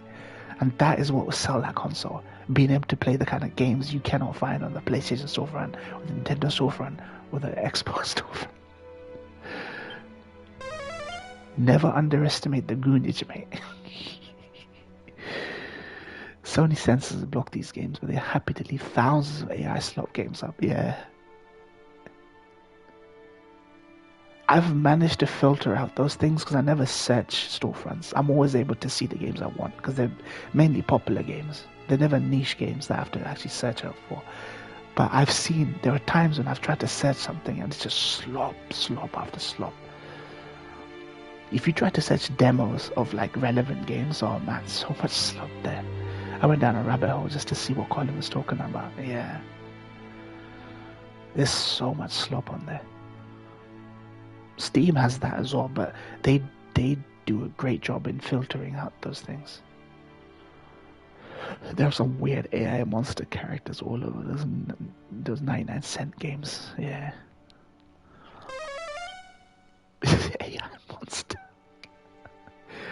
And AI slop games where they're like trying to convince you this is one of those not suitable for work games, and they've just used AI apps to create like moving images when it's just a Tetris game or some shit like that. It's just crappy slop games, copy and paste games that has like just weird thumbs that have nothing to do with the game itself. It's like those Facebook game adverts. How do I get in here?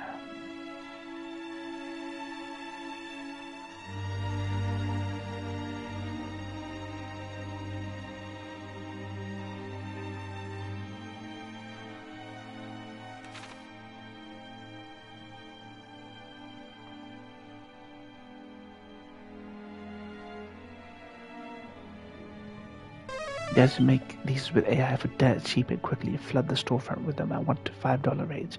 Make easy money, yeah. Or make copycat games and have people accidentally purchase them. Console storefronts used to be way more selective what they'd approve, yeah.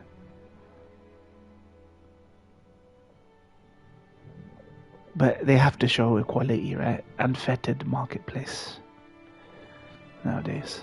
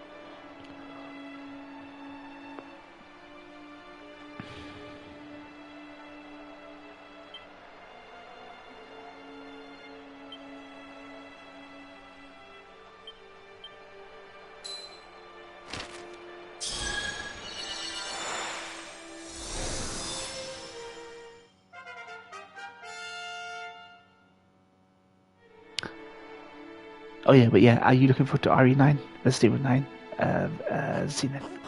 Completely forgot. RE9, man, I'm so hyped.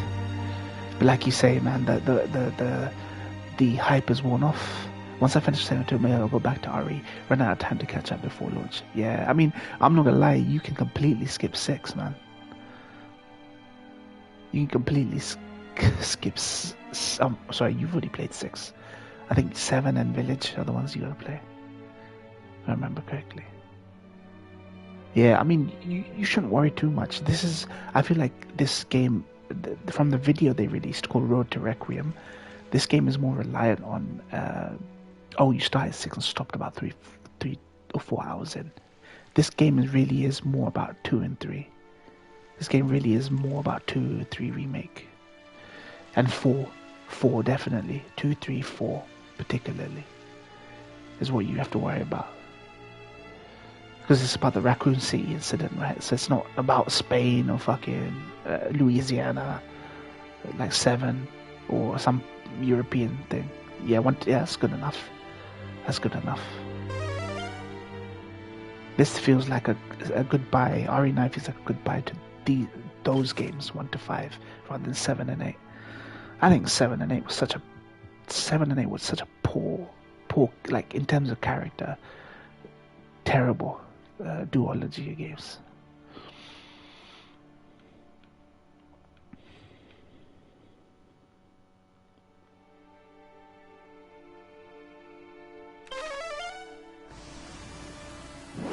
I don't think we'll see. Okay. I mean, pre-order's open now, so they're gonna have to show something. I think he closes with the Leon trailer. He closes with the Leon trailer, and he probably, he closes. He definitely closes. Maybe that's why they didn't leave Monster Hunter in. He's accepted another buyer from Capcom to show it.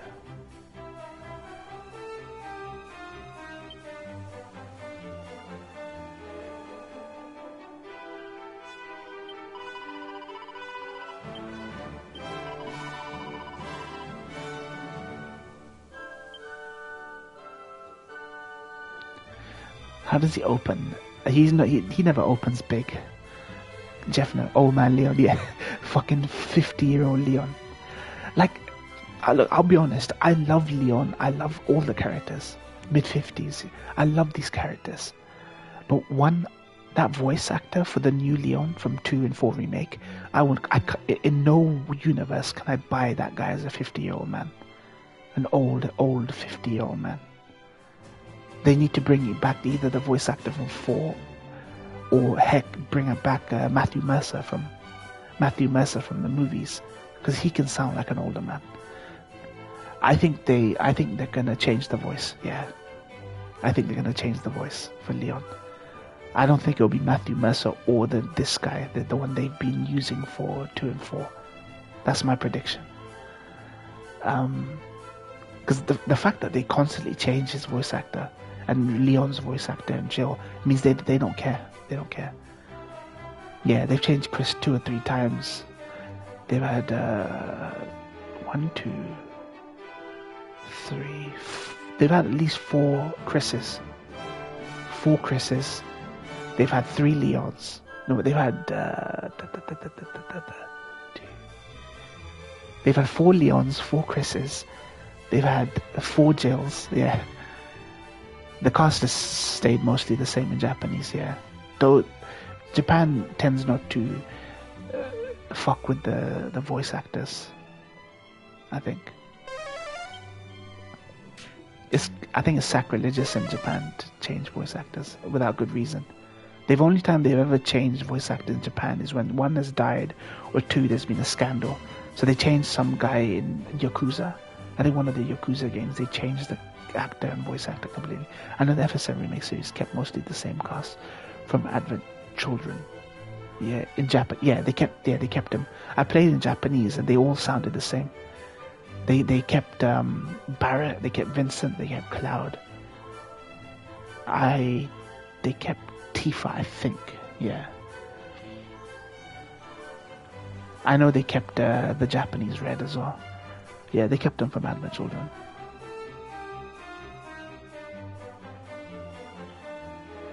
I think it made sense to recast English for that. So yeah, I think Leon's getting recast for sure. That is if Leon is even in. I know people think that are so sure that Leon's in, but he could quite easily not be in. They could have replaced him with Jail or someone.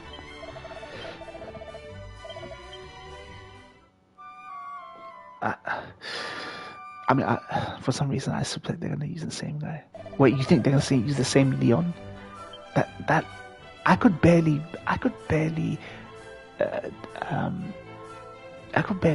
buy him as the Leon in 4. I was like, dude, this you used the one from 2. Yeah, I mean, dude, you could be right. You could be right. It could go either way, to be honest. But I truly do believe that Leon, if they're to really sell you that this guy is much older and less capable, they're gonna have to bring in a unique take on him. Performances. I don't know how much of an old man voice that guy could put on, but I'm willing to be proven wrong for consistency's sake. I actually liked him in 4 minutes. You can see the jump from young naive rookie to hard veteran who went through boot camp. Yeah, I just have such a nostalgia and affection for the original 4. I think I found him more funny when he delivered lines. I felt this Leon was too serious. Like lines that are meant to be funny, I did not laugh at with this Leon.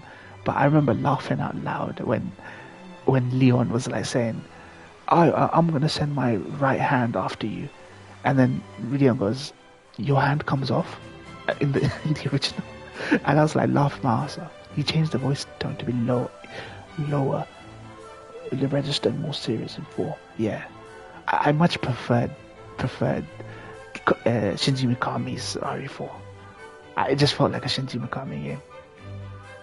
I'm ride or die for Shinji Mikami. It's like how people are for Yoshi P or Sakaguchi.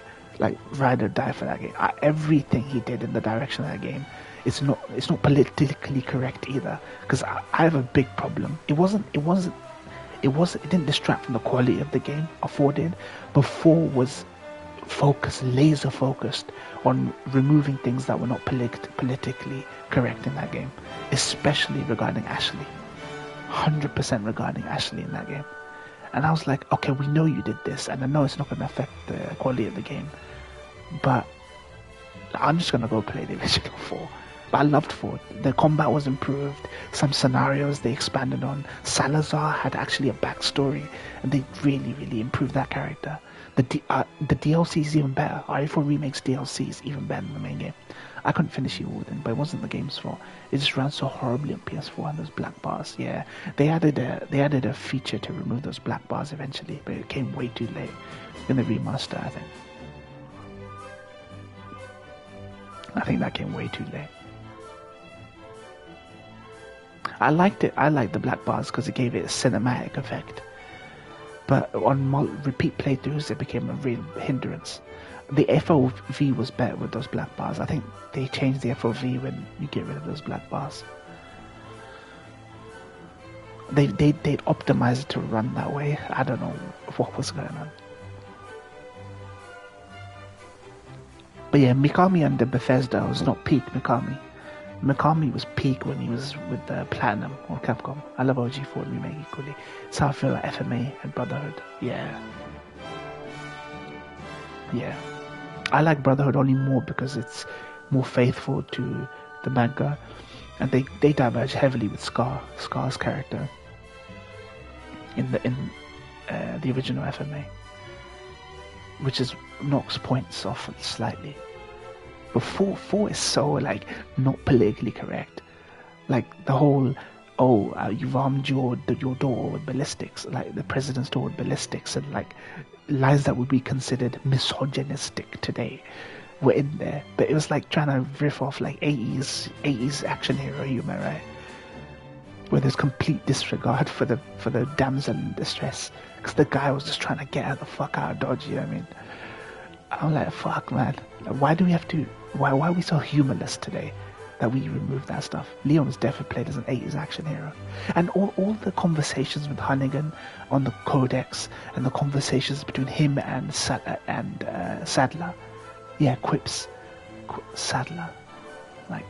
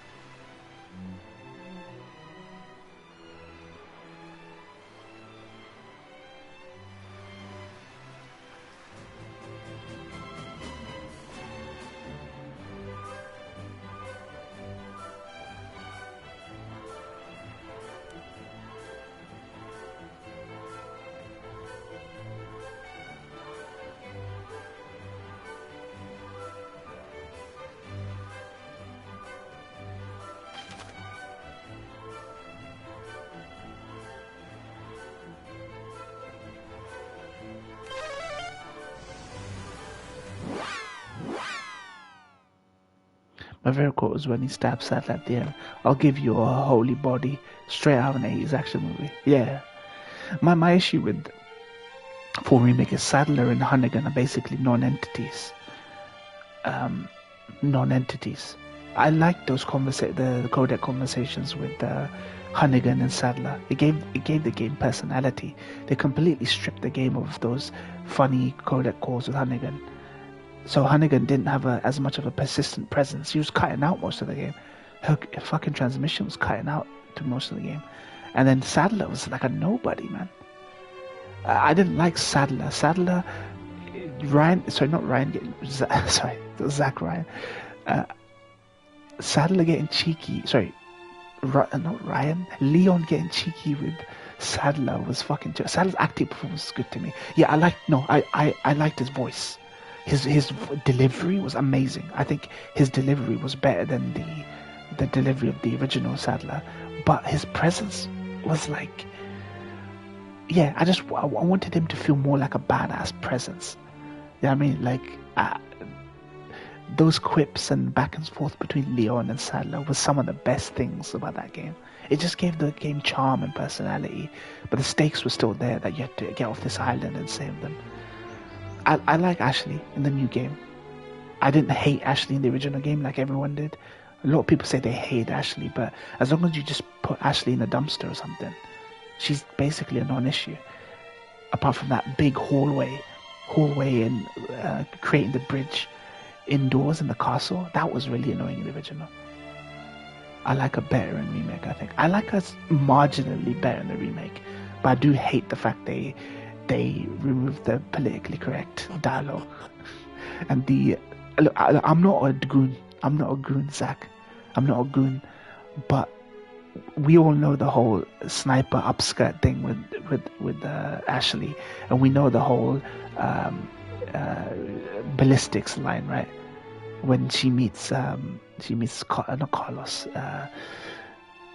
Luis, Luis Seda basically. And I'm like, okay, you could have just kept that in, bro. But yeah, I like Ashley marginally better in terms of performance and actually giving a crap about this character. Luis is better in OG or remake?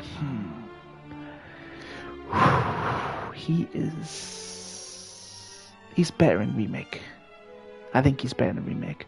they've added sections to him in remake, and they've added the DLC, the Ada DLC that they did. He has a really good role in the Ada DLC, good VA. Yeah, the performance remakes makes him better. Yeah, 100%. I like Lewis marginally better in this. I like, yeah.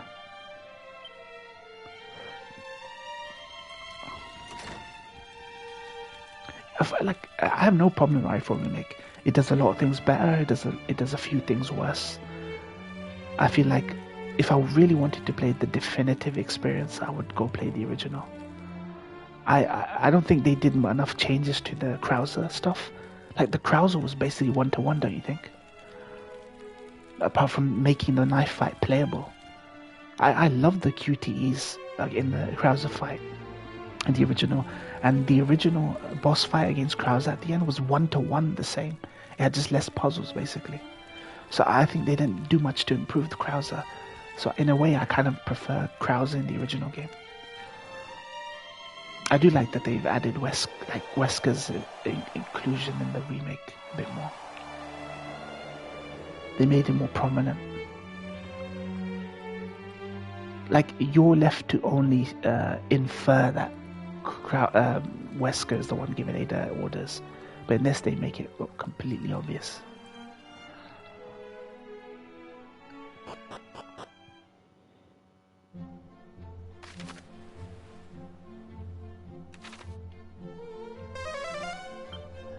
Old Wesker VA. I don't like this new Wesker. I don't like his look. They made him look too much like the actor from the Mila Jovovich live action movies. I don't like that. And I don't like his voice either. He's serviceable, but I prefer all the old Weskers. I mean, literally every Wesker I've loved, except this one. Like, if you go watch the Resident Evil 3D movie, Apocalypse or 3D, the Wesker that looks just like him, Eric Roberts or whatever his name is. I need to see more. They're very different, almost two different characters. Yeah. I don't like this one's outfit. I don't like his jawline. I don't like... They've modeled... I don't know if they modeled after a real actor. That's why they've done it like this. Like the other characters.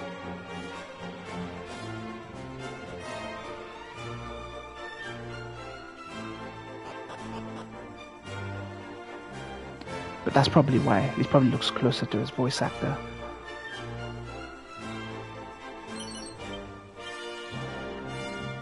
Yeah, they're trying to ground him more. They don't even suggest he has superpowers in 4, even though by this point he does, because it takes place after Code Veronica. So this is why I think they're remaking 0 and Code Veronica. They're now gonna show you that this guy means business to the people who only played the remakes.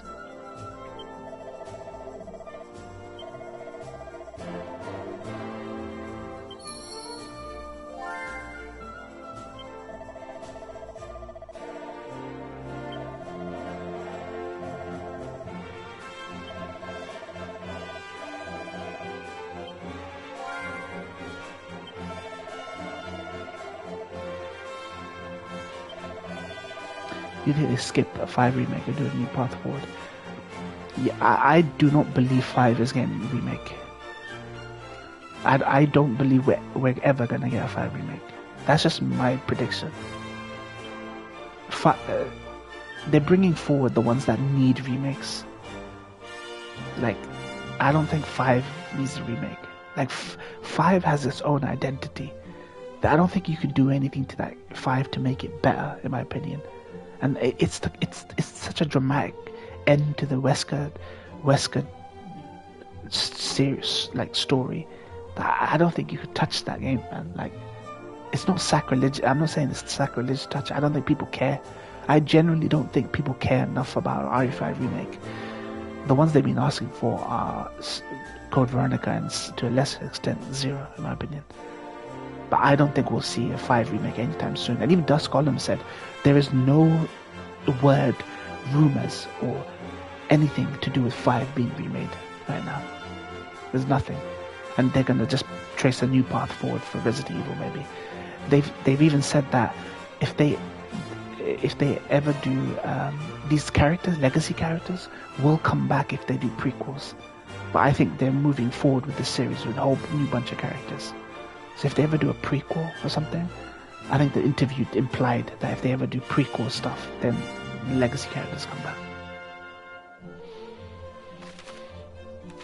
But yeah, I don't think 5. I genuinely don't think 5 is gonna get remade, and if it is, it's gonna get cancelled internally or something, in my opinion. I don't know what you do to that game. It's fun. It's great. I played it recently. I platinumed it a couple of months ago. And I'm like, you can't really do nothing to this game.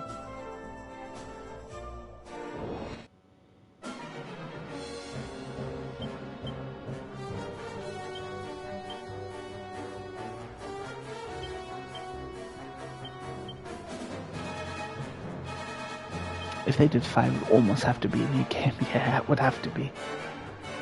I don't think they want to and I think you mentioned this, but because of the whole controversy around Africans, black zombie killing a bunch of white guy killing a bunch of black people, I don't think they touch it. I don't think they want to touch it with a barge pole.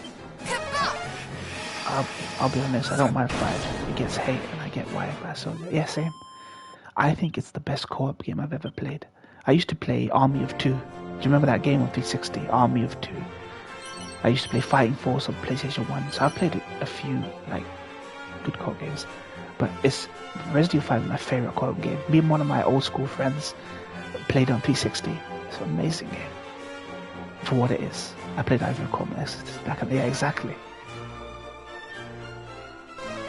Just it was just like it didn't feel like a Resi game. Well, it was a Resi game, but it didn't feel like a scary Resi game. But it's still fun.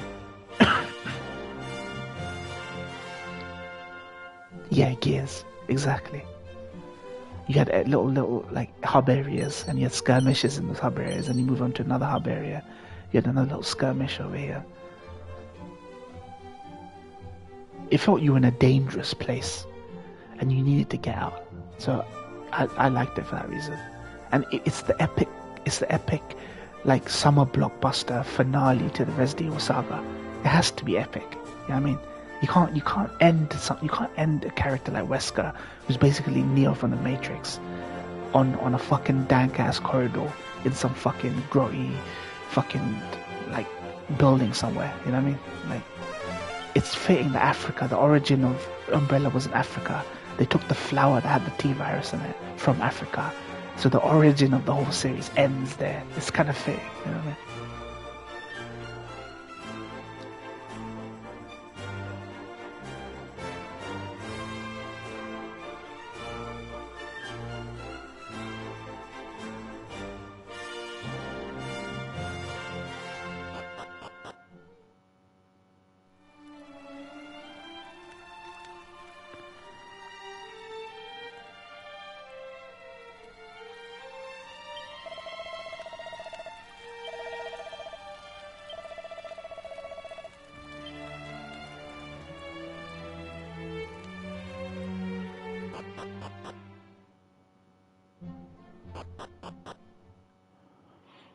But I can't wait for 9, man.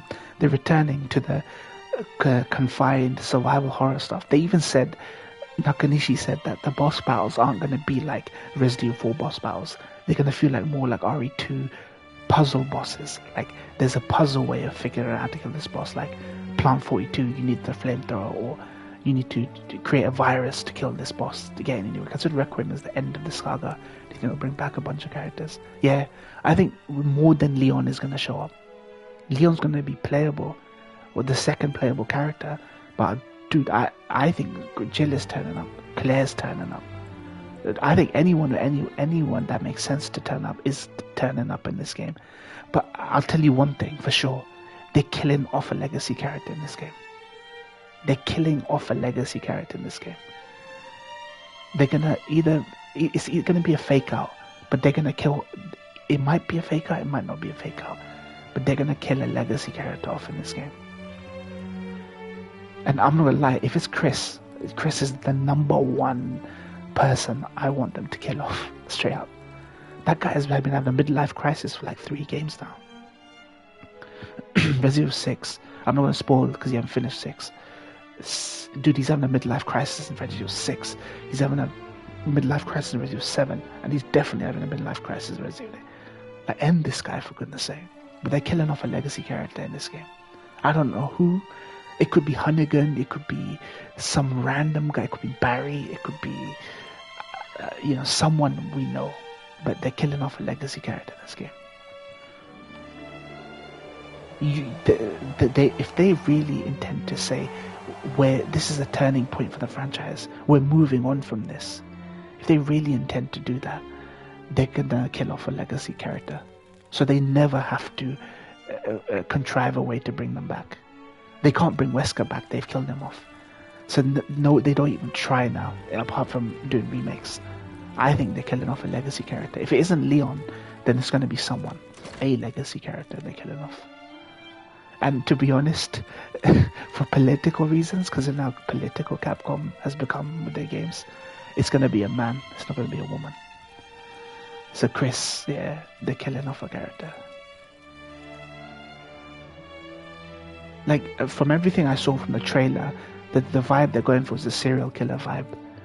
Some guy trying to assassinate someone who knows too much. It's like Grace's mum. And she hides that thing. People were saying for ages that Grace is special, Grace is special, Grace. I go, no, she's not fucking special. She just knows where her mum hid the fucking, the juicy gossip that woman from Outbreak stole. And it proved to be true. The latest trailers, her mum is hiding some evidence.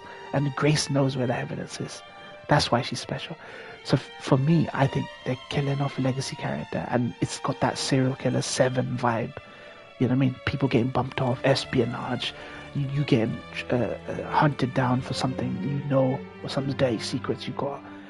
Like, even the zombies, like in the trailers we've seen, have been assassinating people like Black Ops, like a Black Ops unit. Plastic bag over the head, shank in the neck. Like, dude, this doesn't seem like a zombie to me. This seems like a hit, basically. So someone's getting assassinated, for sure, and killed off. So it's trying to be grounded. Yeah, I mean, we've not seen anything fantastical apart from the demo which is more like a throwback to like Lisa Trevor in the 1 remake or something. But yeah, that's my theory. That there's a legacy character getting killed off, I think. And apart from the mum that gets killed in the trailers. Leon getting killed off would be so sick. Like, I'd hate it, but I would respect them so much for killing it. And it's going to be a man. It's going to be a man, Zenith. The times we live in. It could be him, yeah. Leon getting killed off. Like, yeah, we'll give you Leon, but he's 50 years. Sacrificial death. Exactly. Sacrificial death. Like, my theory was that they've already said that this game has undergone several revisions before it's reached the state it's in right now. They said Requiem used to be a multiplayer online game, with open world online game, which makes me think, oh, how the fuck would that work? Maybe the maps are in the bombed out ruins of Raccoon City or something, and you're fighting hunters or where it is. But then I actually thought that this game Grace was originally Mia Winter's daughter, and they had planned to make her the next generation because she works for the government now. How did they ever consider multiplayer for final entry? So I have no clue. Maybe they never intended this to be a core entry. Maybe it's like FF15. It went from being something like a spin-off to a core entry. I think it was like that. They rejigged it or something. They're doing a lot of rejigging at Square Enix lately. Like Octopath Traveler 0 was actually a gacha game. A mobile gacha Octopath spin-off, which had gacha mechanics. And I think it had multiplayer mechanics. And they've actually reworked it into a single-player, non-gacha game. That's what Octopath 0 is. So I think these are byproducts of that era where they were going full live service, or they were going full that direction, and now they've pivoted back. I think they've pivoted back to say, no, we have something here, but we can't take a risk on these kind of things if we want to appeal to the West.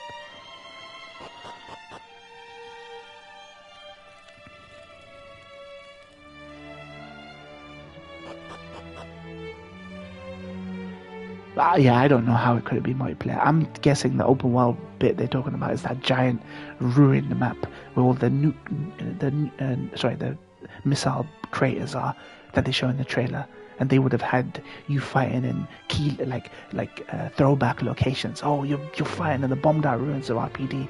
You're fighting in the streets of Resident Evil 3. You're fighting in the Outbreak fucking hotels and towns and maybe the mountain areas where the old mansion is. But yeah, I think they've learned their lesson from the 2 times they've tried to make a multiplayer Resident Evil Resistance and mercenary mode there.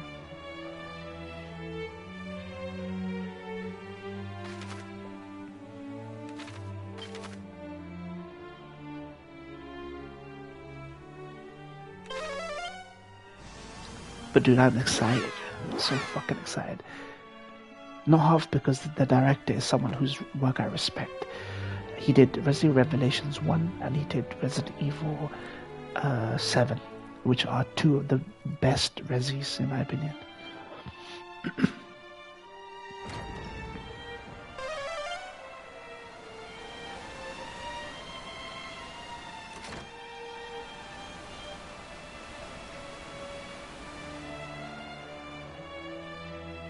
Like, he is the guy that understands that horror needs to return to the franchise. It can't be action like Village. He's the guy that, from his games, understood the need for horror and everything.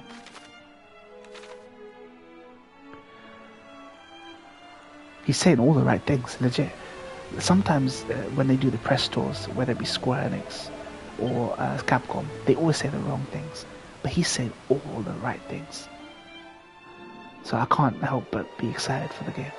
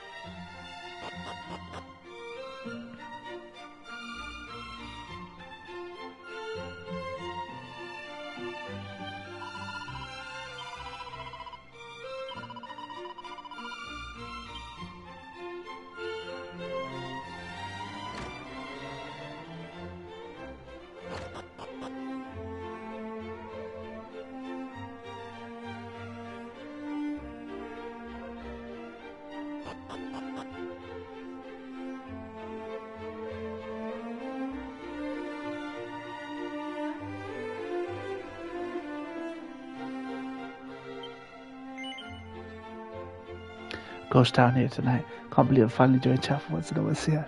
I mean, we had a good chat, mate. We had a good chat. Just me, myself, and Zenith, mate. That's my autobiography. Me, myself, and Zenith.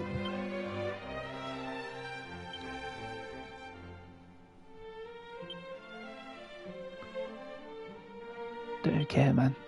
It's just that time of year. I think this is the time where people are playing all their games. It's getting darker over there in America and UK. They're probably playing. I don't know what they're doing, man. But nobody can say I don't chat with people. I fucking talk to everyone.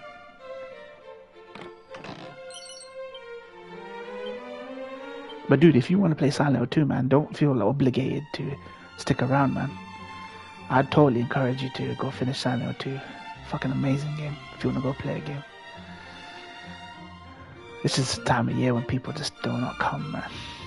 I think people just need a dearth of games to get hyped about, excited about. Where towards the end of the year it becomes really slow. So for anything interesting.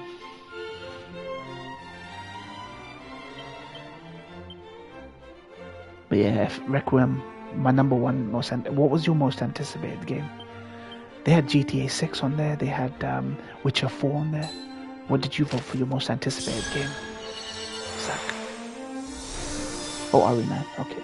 Nice. Yeah, boy. Who'd have thought? A couple of years ago, you might have picked Witcher 4. But you've become a full-on, you've gone down the rabbit hole of Resident Evil, and now you're a fan. Resident Evil does that to people, man. It's such a good franchise. It's like you say, golden age for Capcom. They're hitting on every level. They're re-releasing their old games, remasters, rollback netcode, fucking Monster Hunter Wilds multiplayer, survival horror, fucking Resident Evil. Devil May Cry is strongest it's ever been. I wish Square Enix were hitting like Capcom. They could so easily hit like Capcom. Mega Man collections coming out. How many Mega Man collections we've had? Castlevania collections. That and not Solo Witcher 4. Director of 3 and many leads left the studio of Cyberpunk. I also hate the Siri voice change. This is what I say about games sometimes. It's not that I don't agree with you. It's just that I don't hold certain characters or performances on a pedestal to feel one way or the other about it. That's me, basically. It's like Last of Us Season 2. I kind of enjoyed the show because I don't hold 2 on a pedestal. I have to see more. I think I have to see more with Siri. Because she's much older now, right? And you're right, that it's not the same CD Projekt Red that made Witcher 3. But neither was 2. Like, the team that made Witcher 2. And I loved Witcher 2. I think I like Witcher 2 slightly more than 3. Because I like the focus, the narrative focus of 2. So we'll see. If they can, if that tech demo or whatever it was they released, if they can match that fidelity and performance, I think we're in for a treat. And GTA 6, I think, is just naturally overhyped because it's Rockstar. People forgetting that it's not the same Rockstar anymore. Dan Houser and the other guy have left. The writers have left. I think people should be worried about 6. And shouldn't just be like, oh, it's GTA 6, so get excited.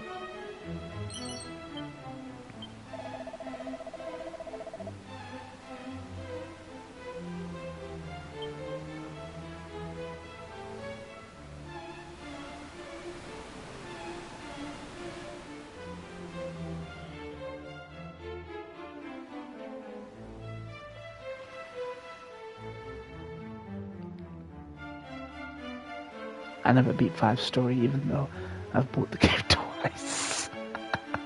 I actually beat the story of 5. I didn't even think that was an accomplishment till they started revealing the stats for how many people had finished GTA storylines. And it's very low, like 40% of people finished GTA 5 story. I was only playing it for GTA 5. I never played GTA Online. I actually dabbled slightly in GTA Online. But it was too overwhelming, so I saw Trevor doing some major degenerate stuff and kind of lost interest.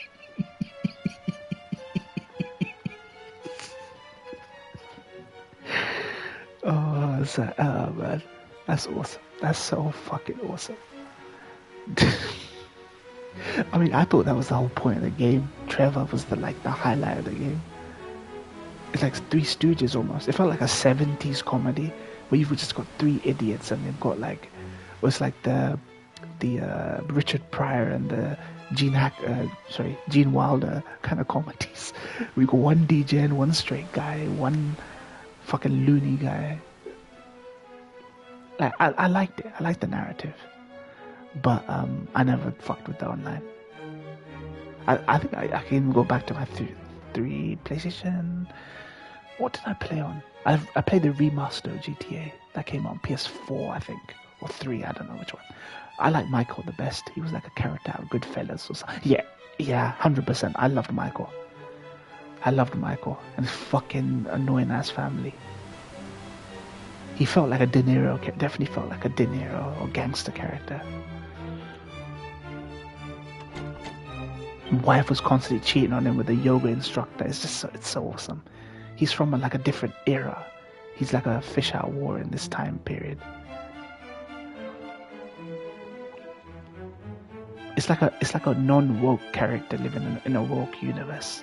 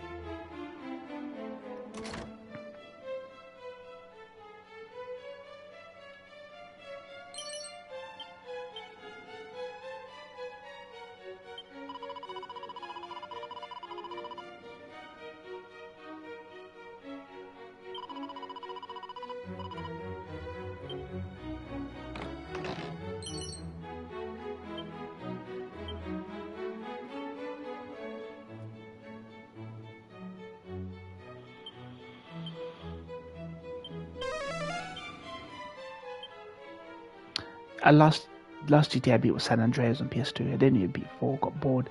Played much of GTA 4 online with friends. Yeah, I never even barely got through 4. Niko Bellic was actually one of the best characters. I think most people agreed, but it's just I never finished it. Online GTA 4 was good. San Andreas, my bro completed it. I got through most of it because that had so many features, like functions, so many side things to do. But I love that game. 5 was actually the only one I finished. But like I say, think about all the people you watch, podcasters, journalists that you listen to, people you're a fan of watching. How many of those people would put a GTA in the top 10 of all time? Like top 10 all-time GOAT games? They wouldn't. I feel like the hype for GTA does not match with its lasting appeal. It does not match up with the lasting appeal of the best video games. No, I don't think anyone would fucking say GTA 5's campaign or gameplay or anything was innovative or holds up or, I'd play it again over and over again. It's good. It's satire is what sets GTA apart, in my opinion. And once that satire is done, it ages pretty poorly.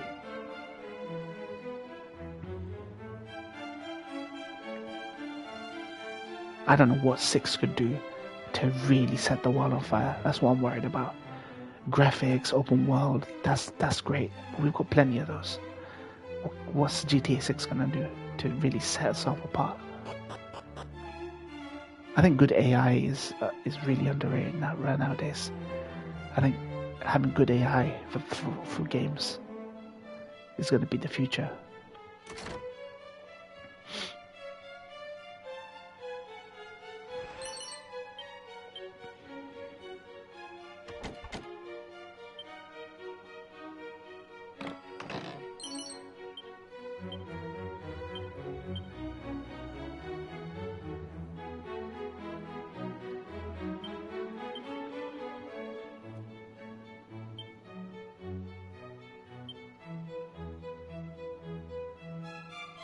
True, not excited for it until it's close to release, to be honest. Anyways, gotta jump off here. Good chatting. Alright, take care. See ya. Take care, man. Go play that Silent Hill 2, mate. with a silent to fucking greatness.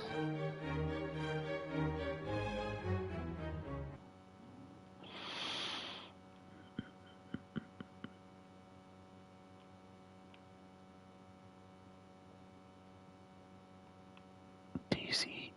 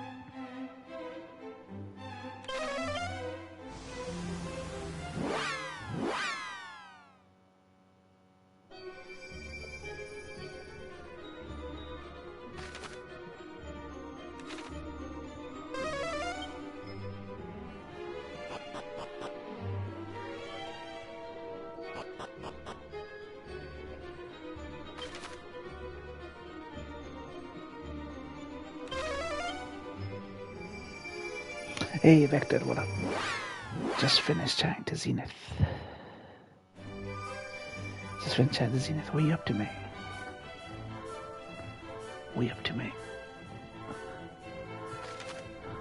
What are you up to, friend?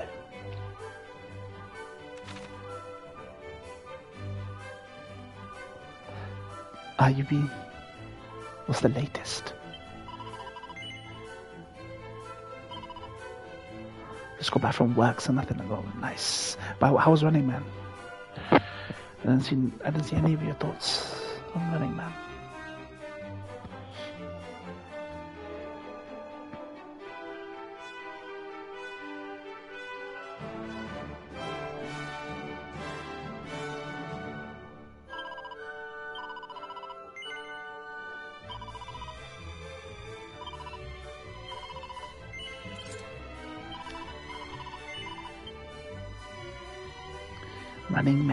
Running Man, I think, is the worst Edgar. Oh my god, Rick. Okay. Let's unpack this. What's the worst thing? What's the most egregious thing about this movie? What's the most egregious thing? Bloody hells. Scathing review from Vector right here, mate. Scathing ass review right here.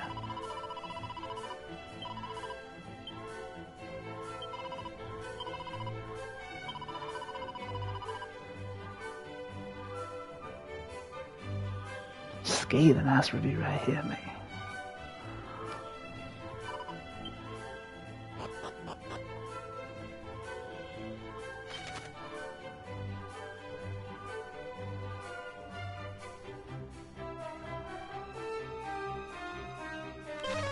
The second half, the characters make decisions that makes... Dude, it's all about decision making of the MCs with you guys lately, man. Wasn't it like this for what movie were you watching? What movie were you watching? Were you saying that? It was Weapons, wasn't it? No, not Weapons. It was what movie were you also criticize the decision making? They make such shit decisions. It was a horror movie. Fuck, I'll remember it in a second.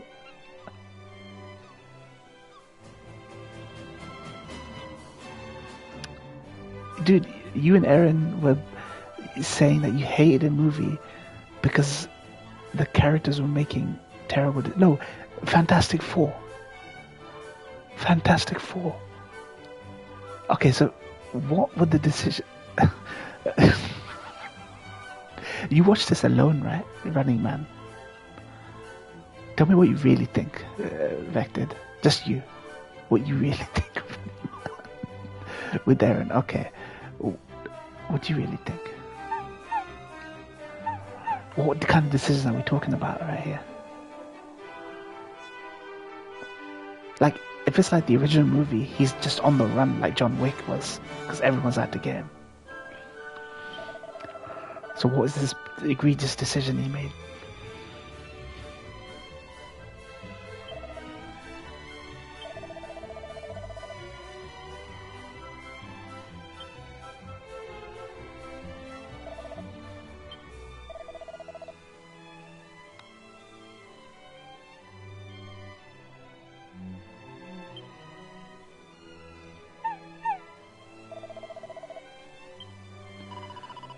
What was this egregious decision?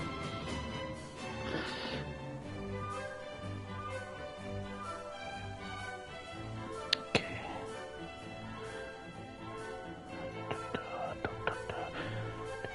The director is here on my stream.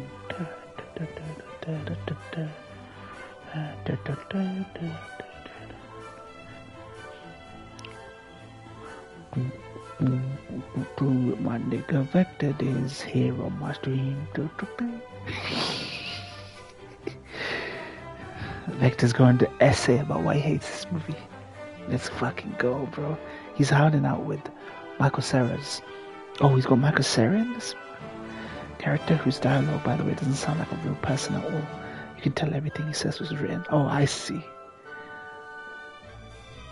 Okay, so he's hiding out with Michael Cera's character.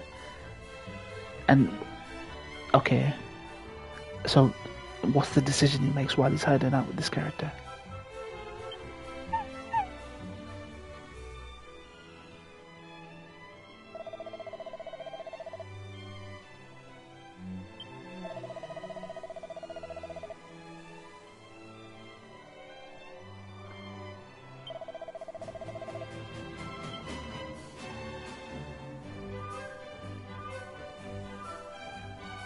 And Michael Cera's grandma wants to call the authorities of the MC and press an alarm on the wall because she thinks he's the devil and wants him to die. Okay. So you're saying he's stupid for still sticking it out with him?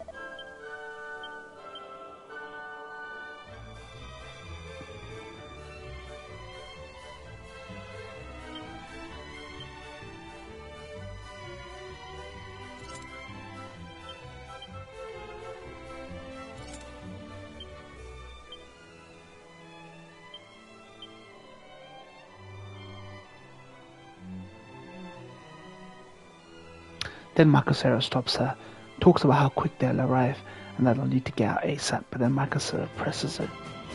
So Michael Cera stops her, talks about how quick they'll arrive and that they'll need to get out. And then, wait, presses them? What the fuck?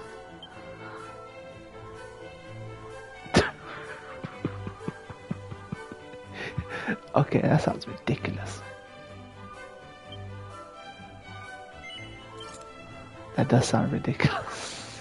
Is it meant to be comedic, that scene? Is it meant to be comedic? That scene played for comedy? Jeez Louise.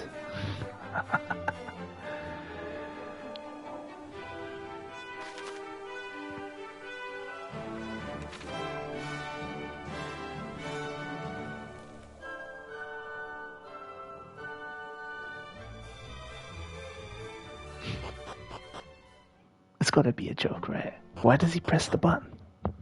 There has to be a reason, right?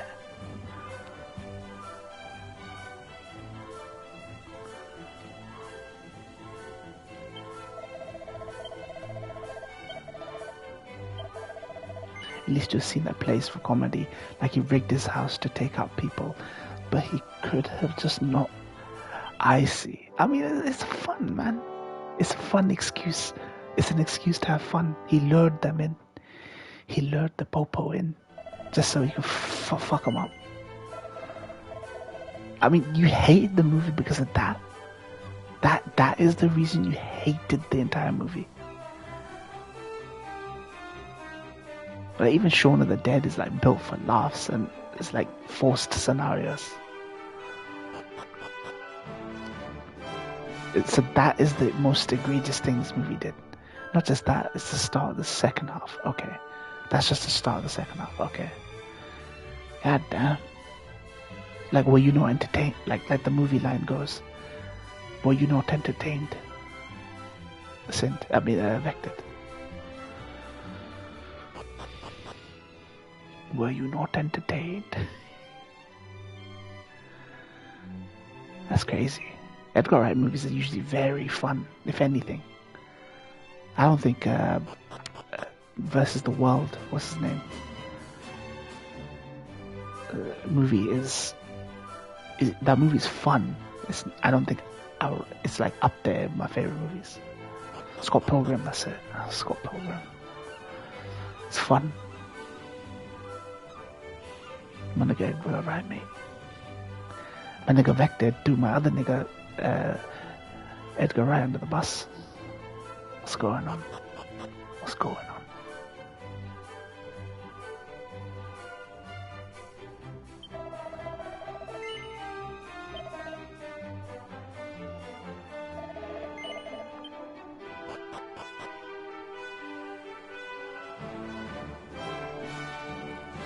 MC was told by Michael Cera that all the light poles have DNA trackers.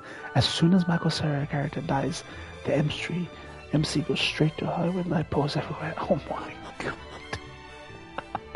I mean, it's natural for someone in that position to forget, don't you think? They're just so anxious, and they need to get somewhere safe, that maybe he had no choice but to brave those light pole streets, maybe. When that society is so densely packed. Nah, dude is running for... Yeah, that's what I mean.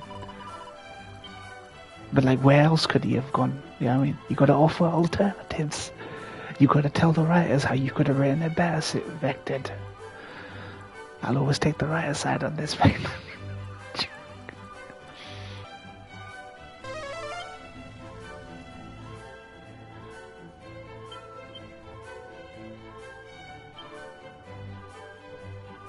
What else could he have done?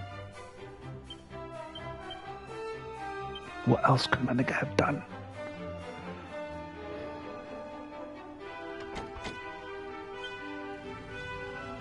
He could have stayed in the wilderness, but he had no plan. Okay, I see.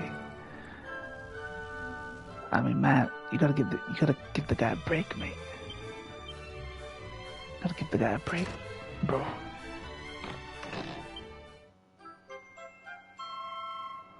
The fuck is a subtle shuttle?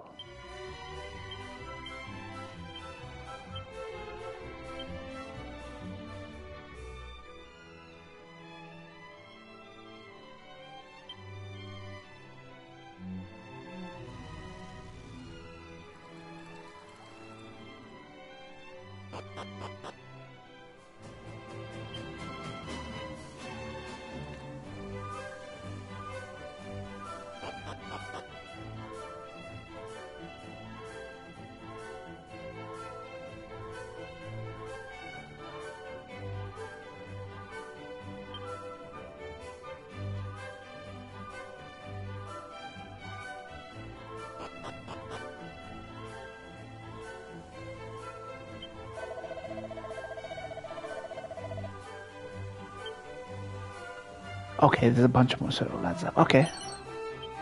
Yeah, then I understand. I mean, what'd you give it then? What's your score? What'd you give this game? What did you give the game? Give the film. Oh, it didn't feel like Edgar Wright. Okay. I've heard that. I've heard that for someone else. Someone is saying this is the least Edgar Wright feeling film. More like a safe movie that doesn't feel like it has his handprint on it.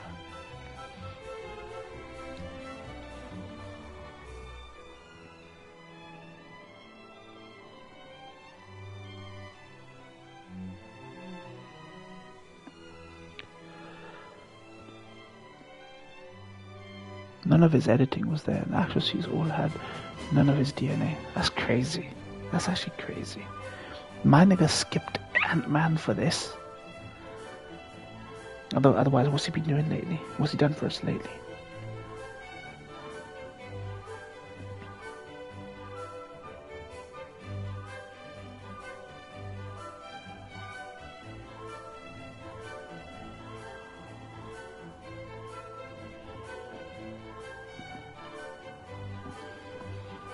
But, oh yeah, Baby Driver was decent. That had his mark on it for sure. Damn. I mean, maybe this was one for him, so one for the studios. The studios wanted to do something, revive a remake something. They pitched a bunch to him. He goes, oh fuck it, I'll do Running Man. I mean, the guy's got to work, right? Otherwise, what's he been doing since Baby Driver? Baby Driver was ages ago. Like, that was ages ago. And that guy needs to pay the bills, mate. This is definitely a paycheck. But if what you're saying is correct, then that's a paycheck move.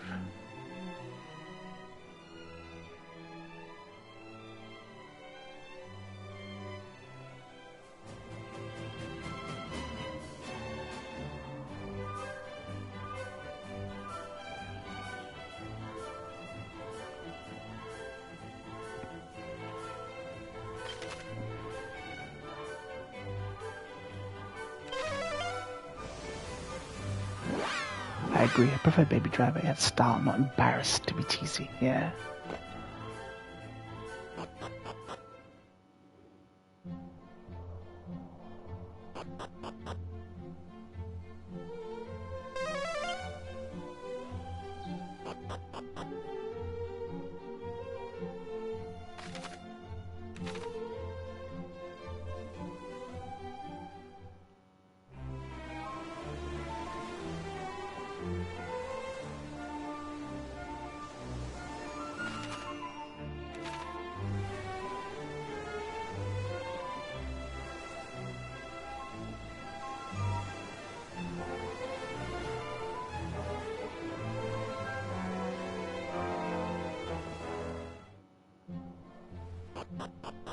Yeah, this is definitely one for the studios.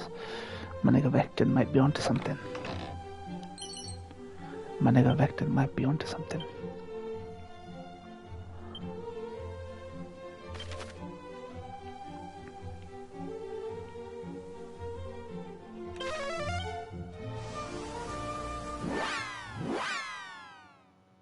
Aaron liked T2, by the way. Oh, 7 out of 10?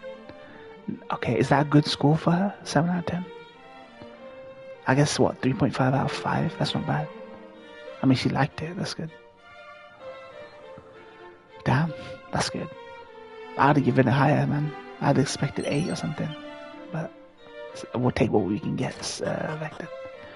We'll take what we can fucking get, bro.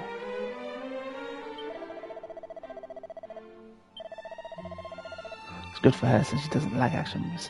Nice. I like that. I like that. T2 greatness. T2 greatness. She might provide it much more than one, right?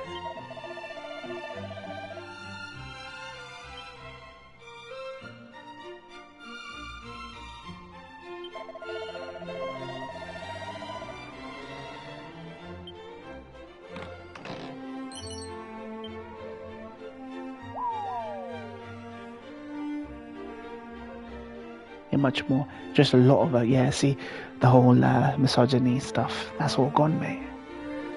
That is all gone. She's so badass, Sarah Connor. So fucking badass in that.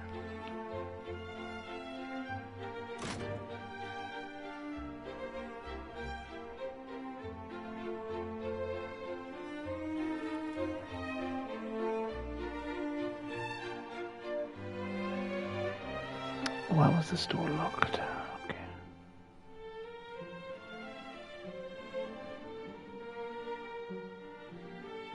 Oh, Kill Bill, dude, she loved that.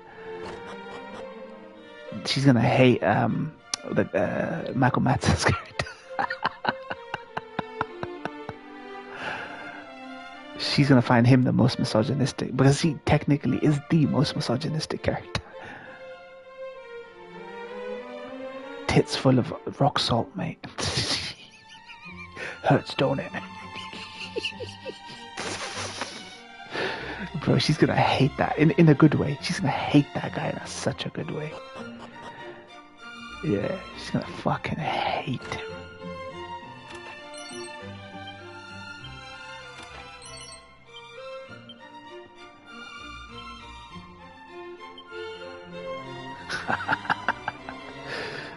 Bro.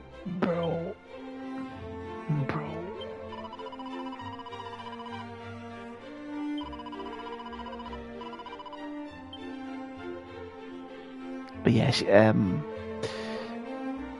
would you want to wait for the whole bloody affair on Blu-ray or VOD? Do you want to wait for it? Even Tarantino doesn't have that much clout that the studios will just let him fucking never release it on Blu-ray. I've got the DVDs. Okay, good.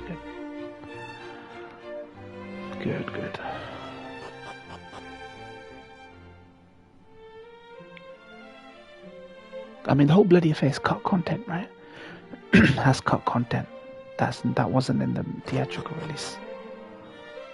Like, there's a Michael J. White fight or something. Bill has a fight with this black dude in when she's doing a training montage. I don't know if that was in the original movie.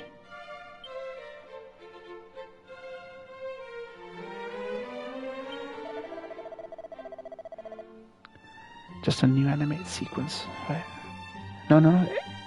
I mean, I think the whole bloody affair has cut scenes that weren't included. That make it feel like it's meant to be stitched together, the whole movie. Like scenes they had to cut because they couldn't make it into one movie. Make it one movie.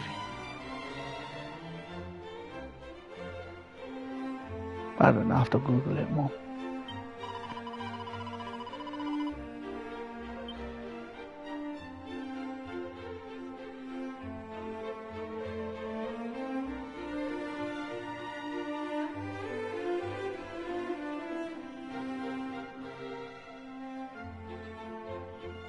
Let's see what she looks like.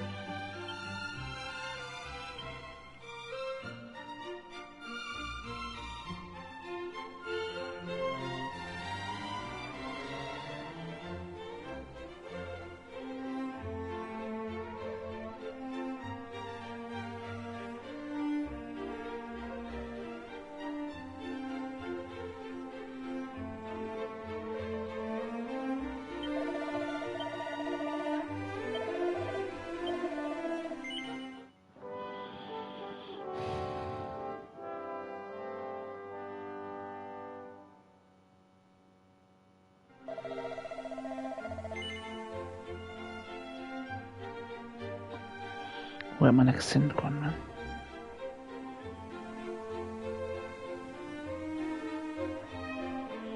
Magnificent. So I know what send vector. Where the fuck is vector gone?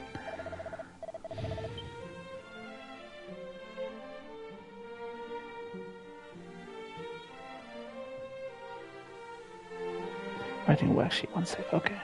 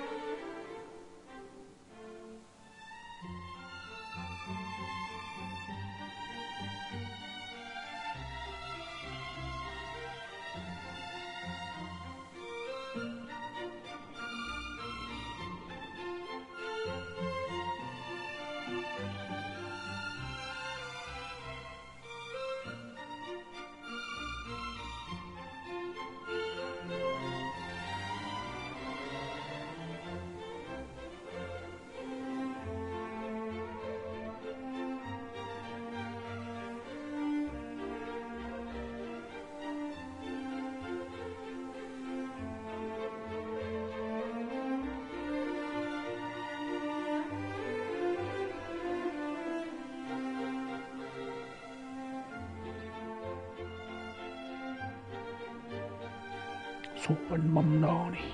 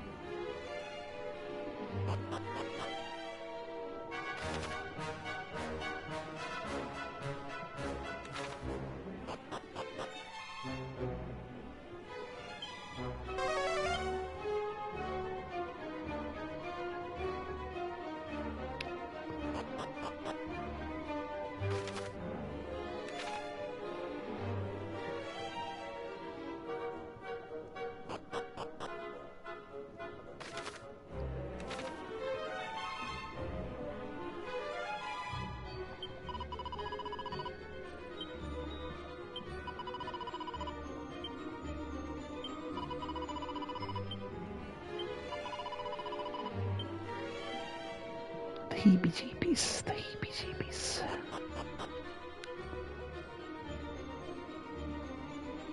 The heebie-jeebies.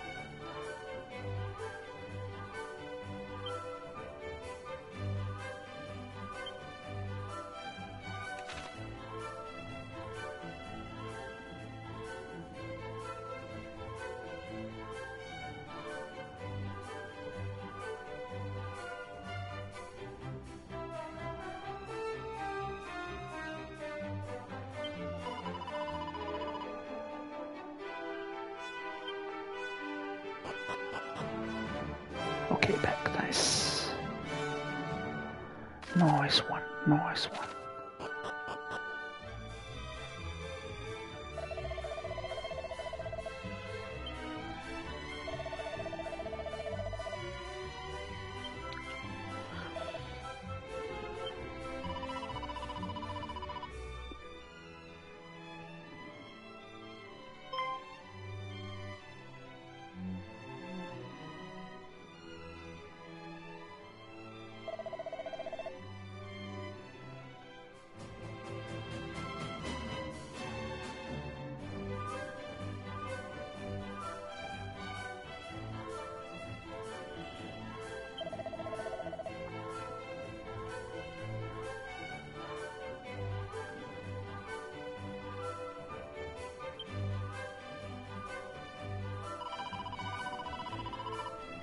We also watched a movie called Battle of the Sexes, based on a true story of a tennis match where a woman and a man played against each other. Okay, I've heard about the true story, but I didn't hear that there was a movie. Well, how was the movie? How was the movie?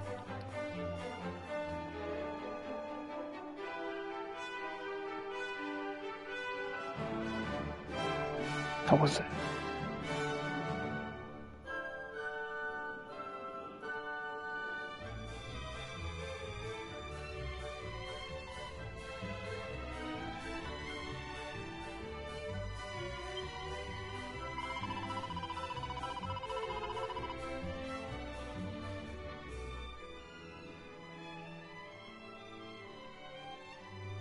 The movie wasn't what we expected. Focus mostly on infidelity. Yep. This is what these movies do. Biopics do. That was what I hated about the Bob Dylan movie. An unknown. What's it called? A relative unknown. Whoever the movie's called. It's just focused on his infidelity.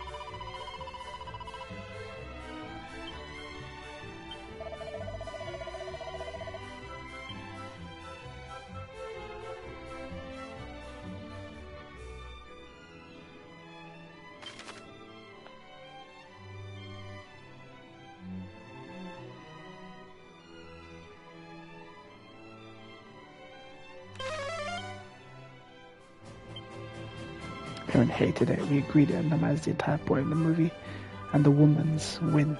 Yeah. I mean, I guess it's fair to put the infidelity in. You can't just paint it as a glazer too much. Like, if you can't just have it be about gender politics. I mean, if you're going to show her side of the story, you show the infidelity. For that to be the central focus, yeah, it does get annoying. 100%, but it focuses too much on it. Yeah.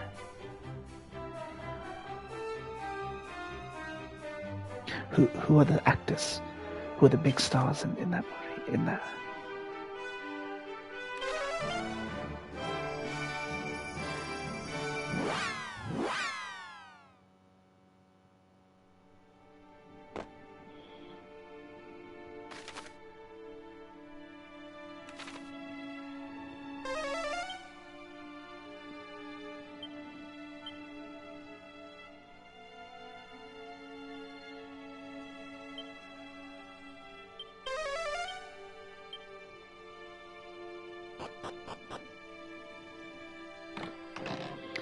Oh, Emma Stone and Steve Carell.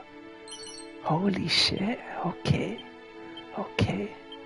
Didn't realize they had big names like that.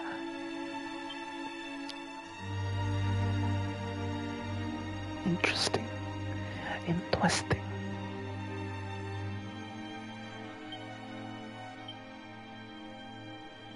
It's rather interesting.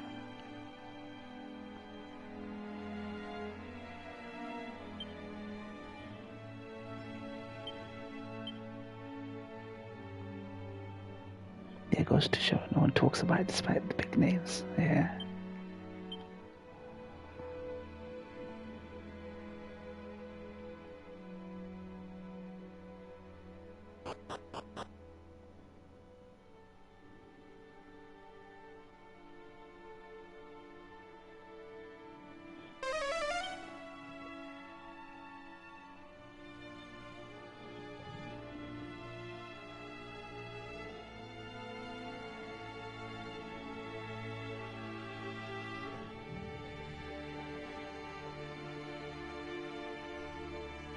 It has 3 on Letterboxd, and a lot of reviews just love that she gets with a woman in it. Oh, really?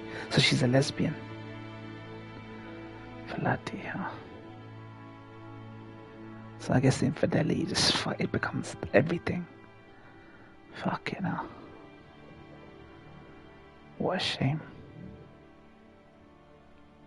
So she cheats on a woman with another woman. I think it's cynicism is what made that happen. Connected. They didn't think that they could carry the movie on simply that alone, female empowerment alone. They had to make it raunchy and spicy a little bit.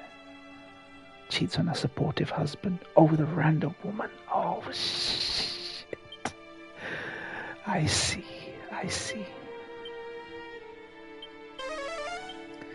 Yeah, this is something biopics fall into the trap all too often. It's a shame. I haven't enjoyed a biopic. I don't think I've ever enjoyed a biopic movie. I don't think I'm gonna enjoy The Rock. The Rock is doing a biopic about a MMA fight or something. As good as it seems, I don't think I'm gonna enjoy that either.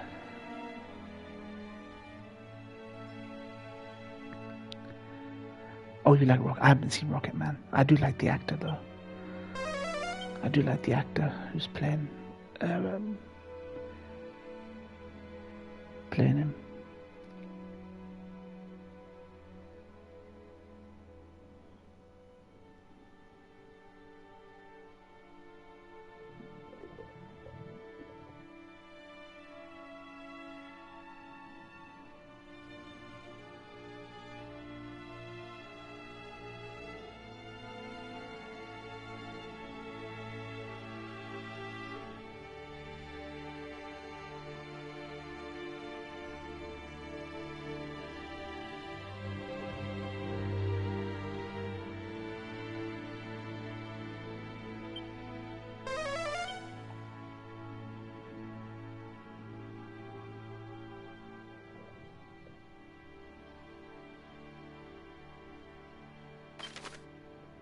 Oh, yeah, the MJ one.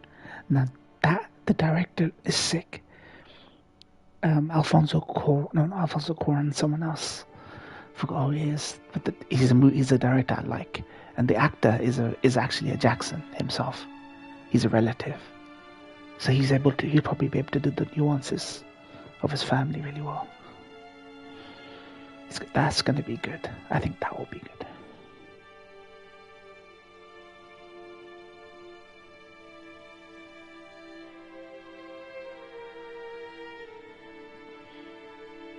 Yeah.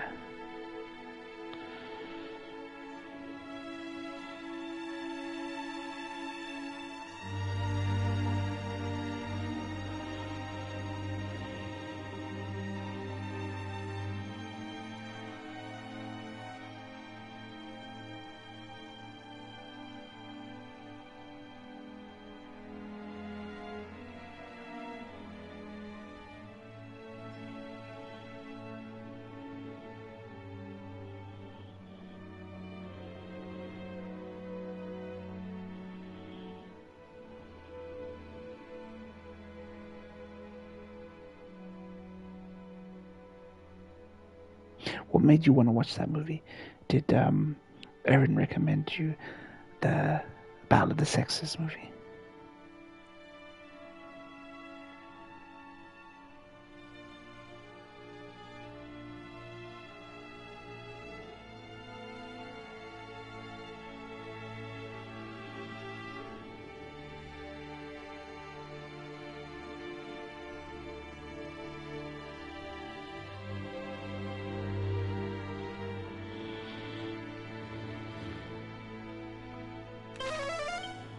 She told me about the true story, and I found the DVD. She didn't know that they even made a movie of it. Oh, okay. That's serendipity. That's serendipitous.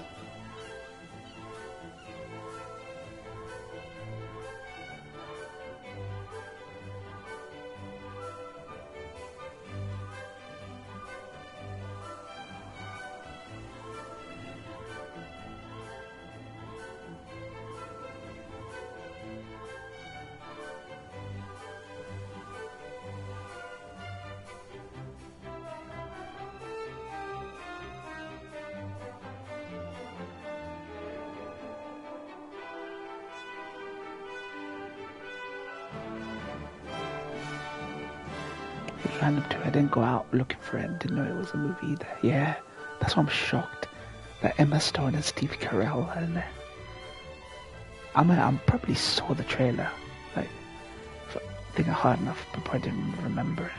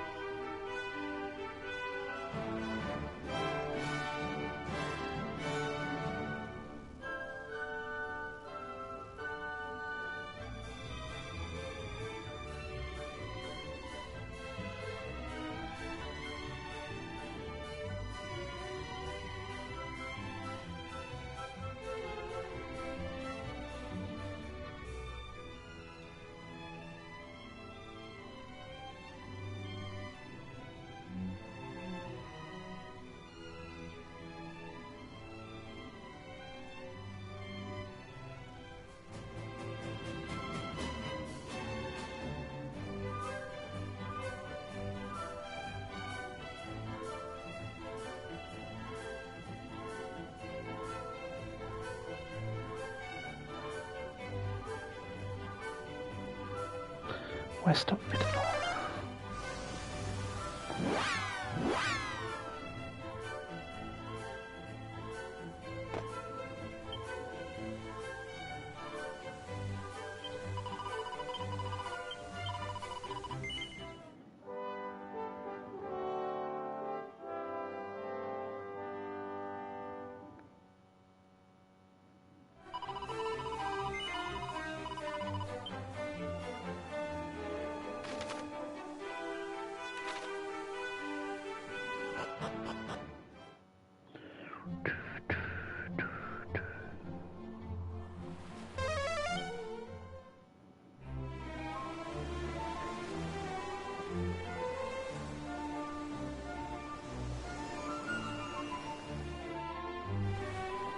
Can't believe Hulk. He's saying like he liked the game, but has to let everyone know it isn't that good. They didn't like it that much. He's so pathetic. He's an attention seeker. He's an attention seeker. He's a fucking attention seeker.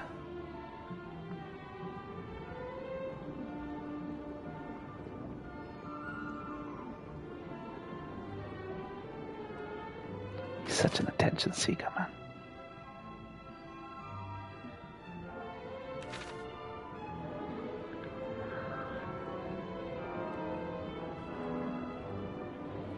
Fucking hate that guy, contrarian ass, attention seeking motherfucker, man. But he wants to stay away from fans or whatever. He's pussy. He's a pussy, man. Because the people are gonna keep receipts. That's why. People are gonna keep receipts when they.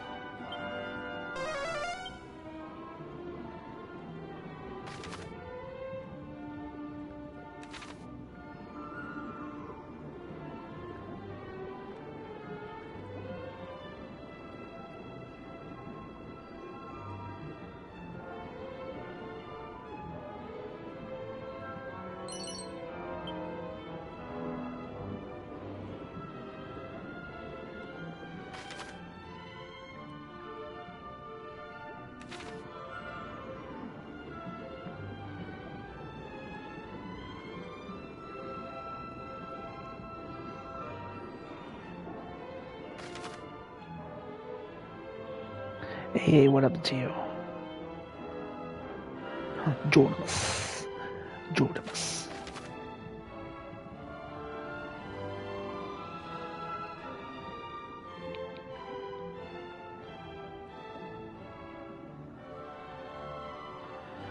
Oh, yeah.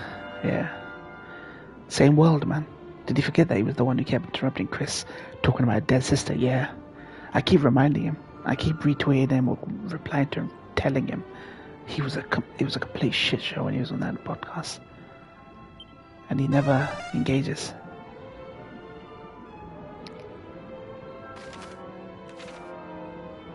That nigga never engages, mate. Yeah, this is the same world. Geo. At least this geographical region.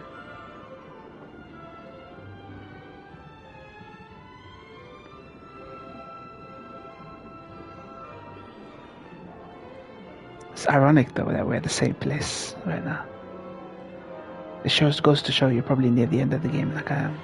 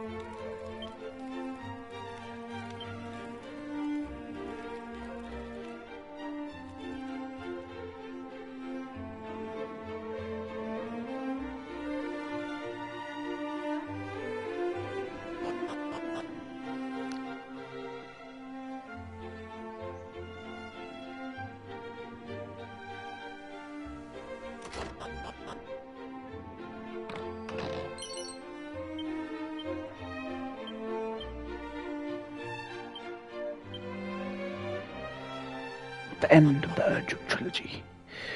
My nigga. The end of the Urge trilogy.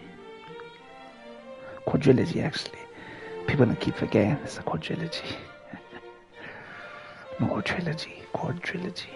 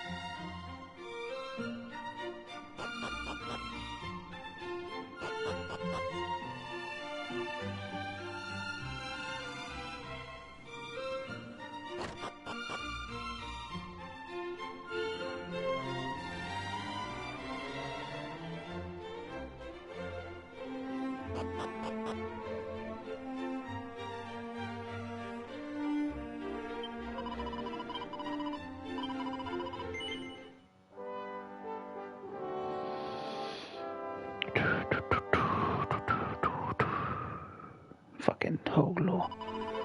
Piece of trash, mate. Trash.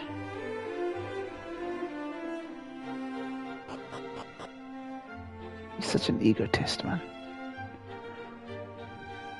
He just loves hearing himself talk. He's one of those people. Oh, fuck.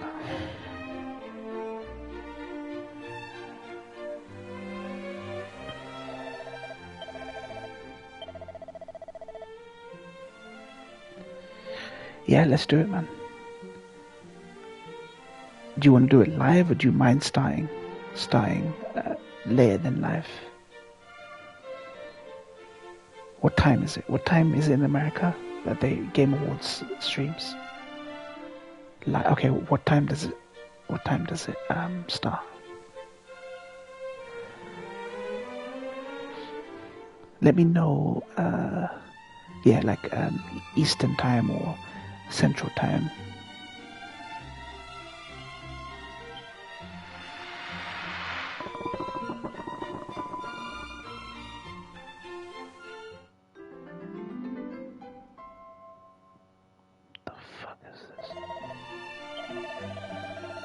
Oh, that's perfect. Yep, that's perfect. Yeah, we'll do it live. We'll do it live. As Bill O'Reilly said. We'll do it live. Yeah, just make sure. Well, you have to be set up because you'll be doing it like we did last time. Yeah, that's fine. Yeah, just make sure we set up. You get our cams in, our voices and audio mixing, checking, done. Like you did last time. We did it pretty successfully last time, didn't we? Me and you were reacting. It was just me and you. And then Sonia joined in. Fuck it, we'll do it live. Yeah, let's react. This one we're gonna wanna watch. I just want to hear the meltdowns, mate. If only Baker would be tagging on. Yeah, Baker's just off doing his own thing now.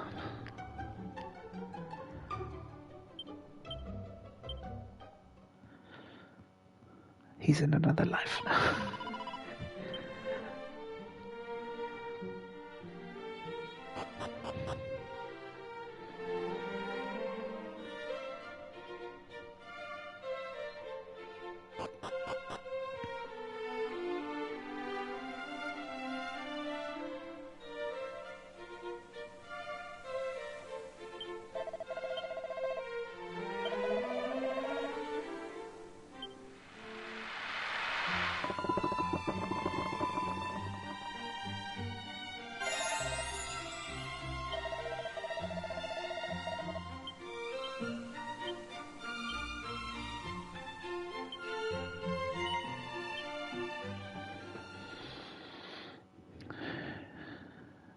But yeah, I am totally down to go live.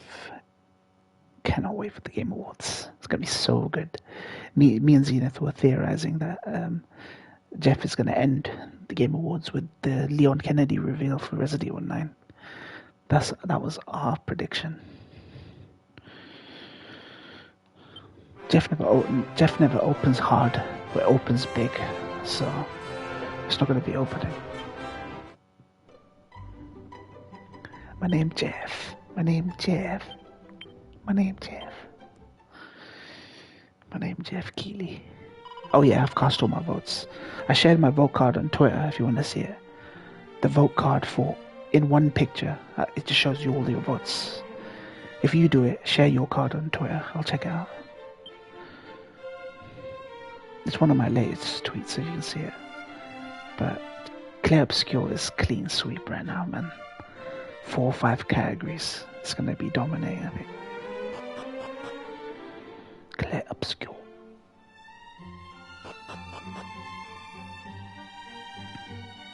I gave audio design soundtrack to Clear Obscure, but I gave audio design to Silent F.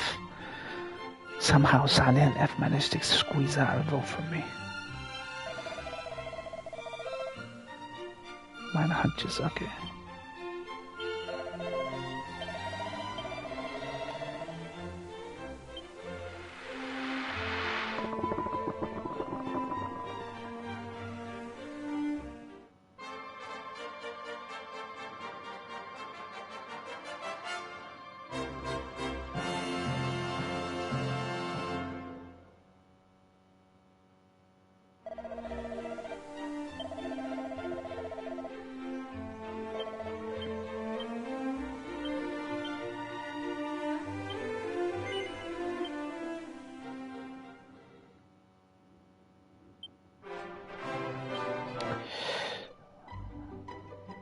Yeah, once you've voted, and it lets you generate your vote card at the end.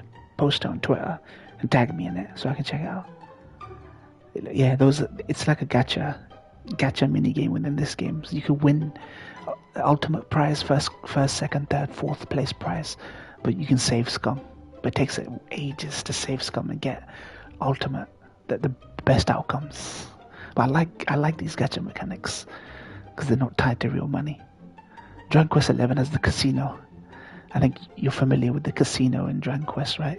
In Puerto Valor, I think, where you just came. There was a big casino there. But yeah, I'm gonna head off now.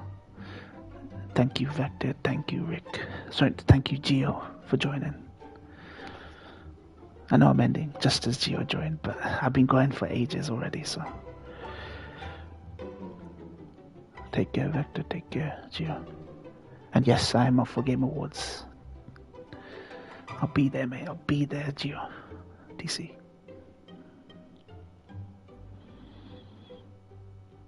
The only casino I remember in any game was Ni no Kuni.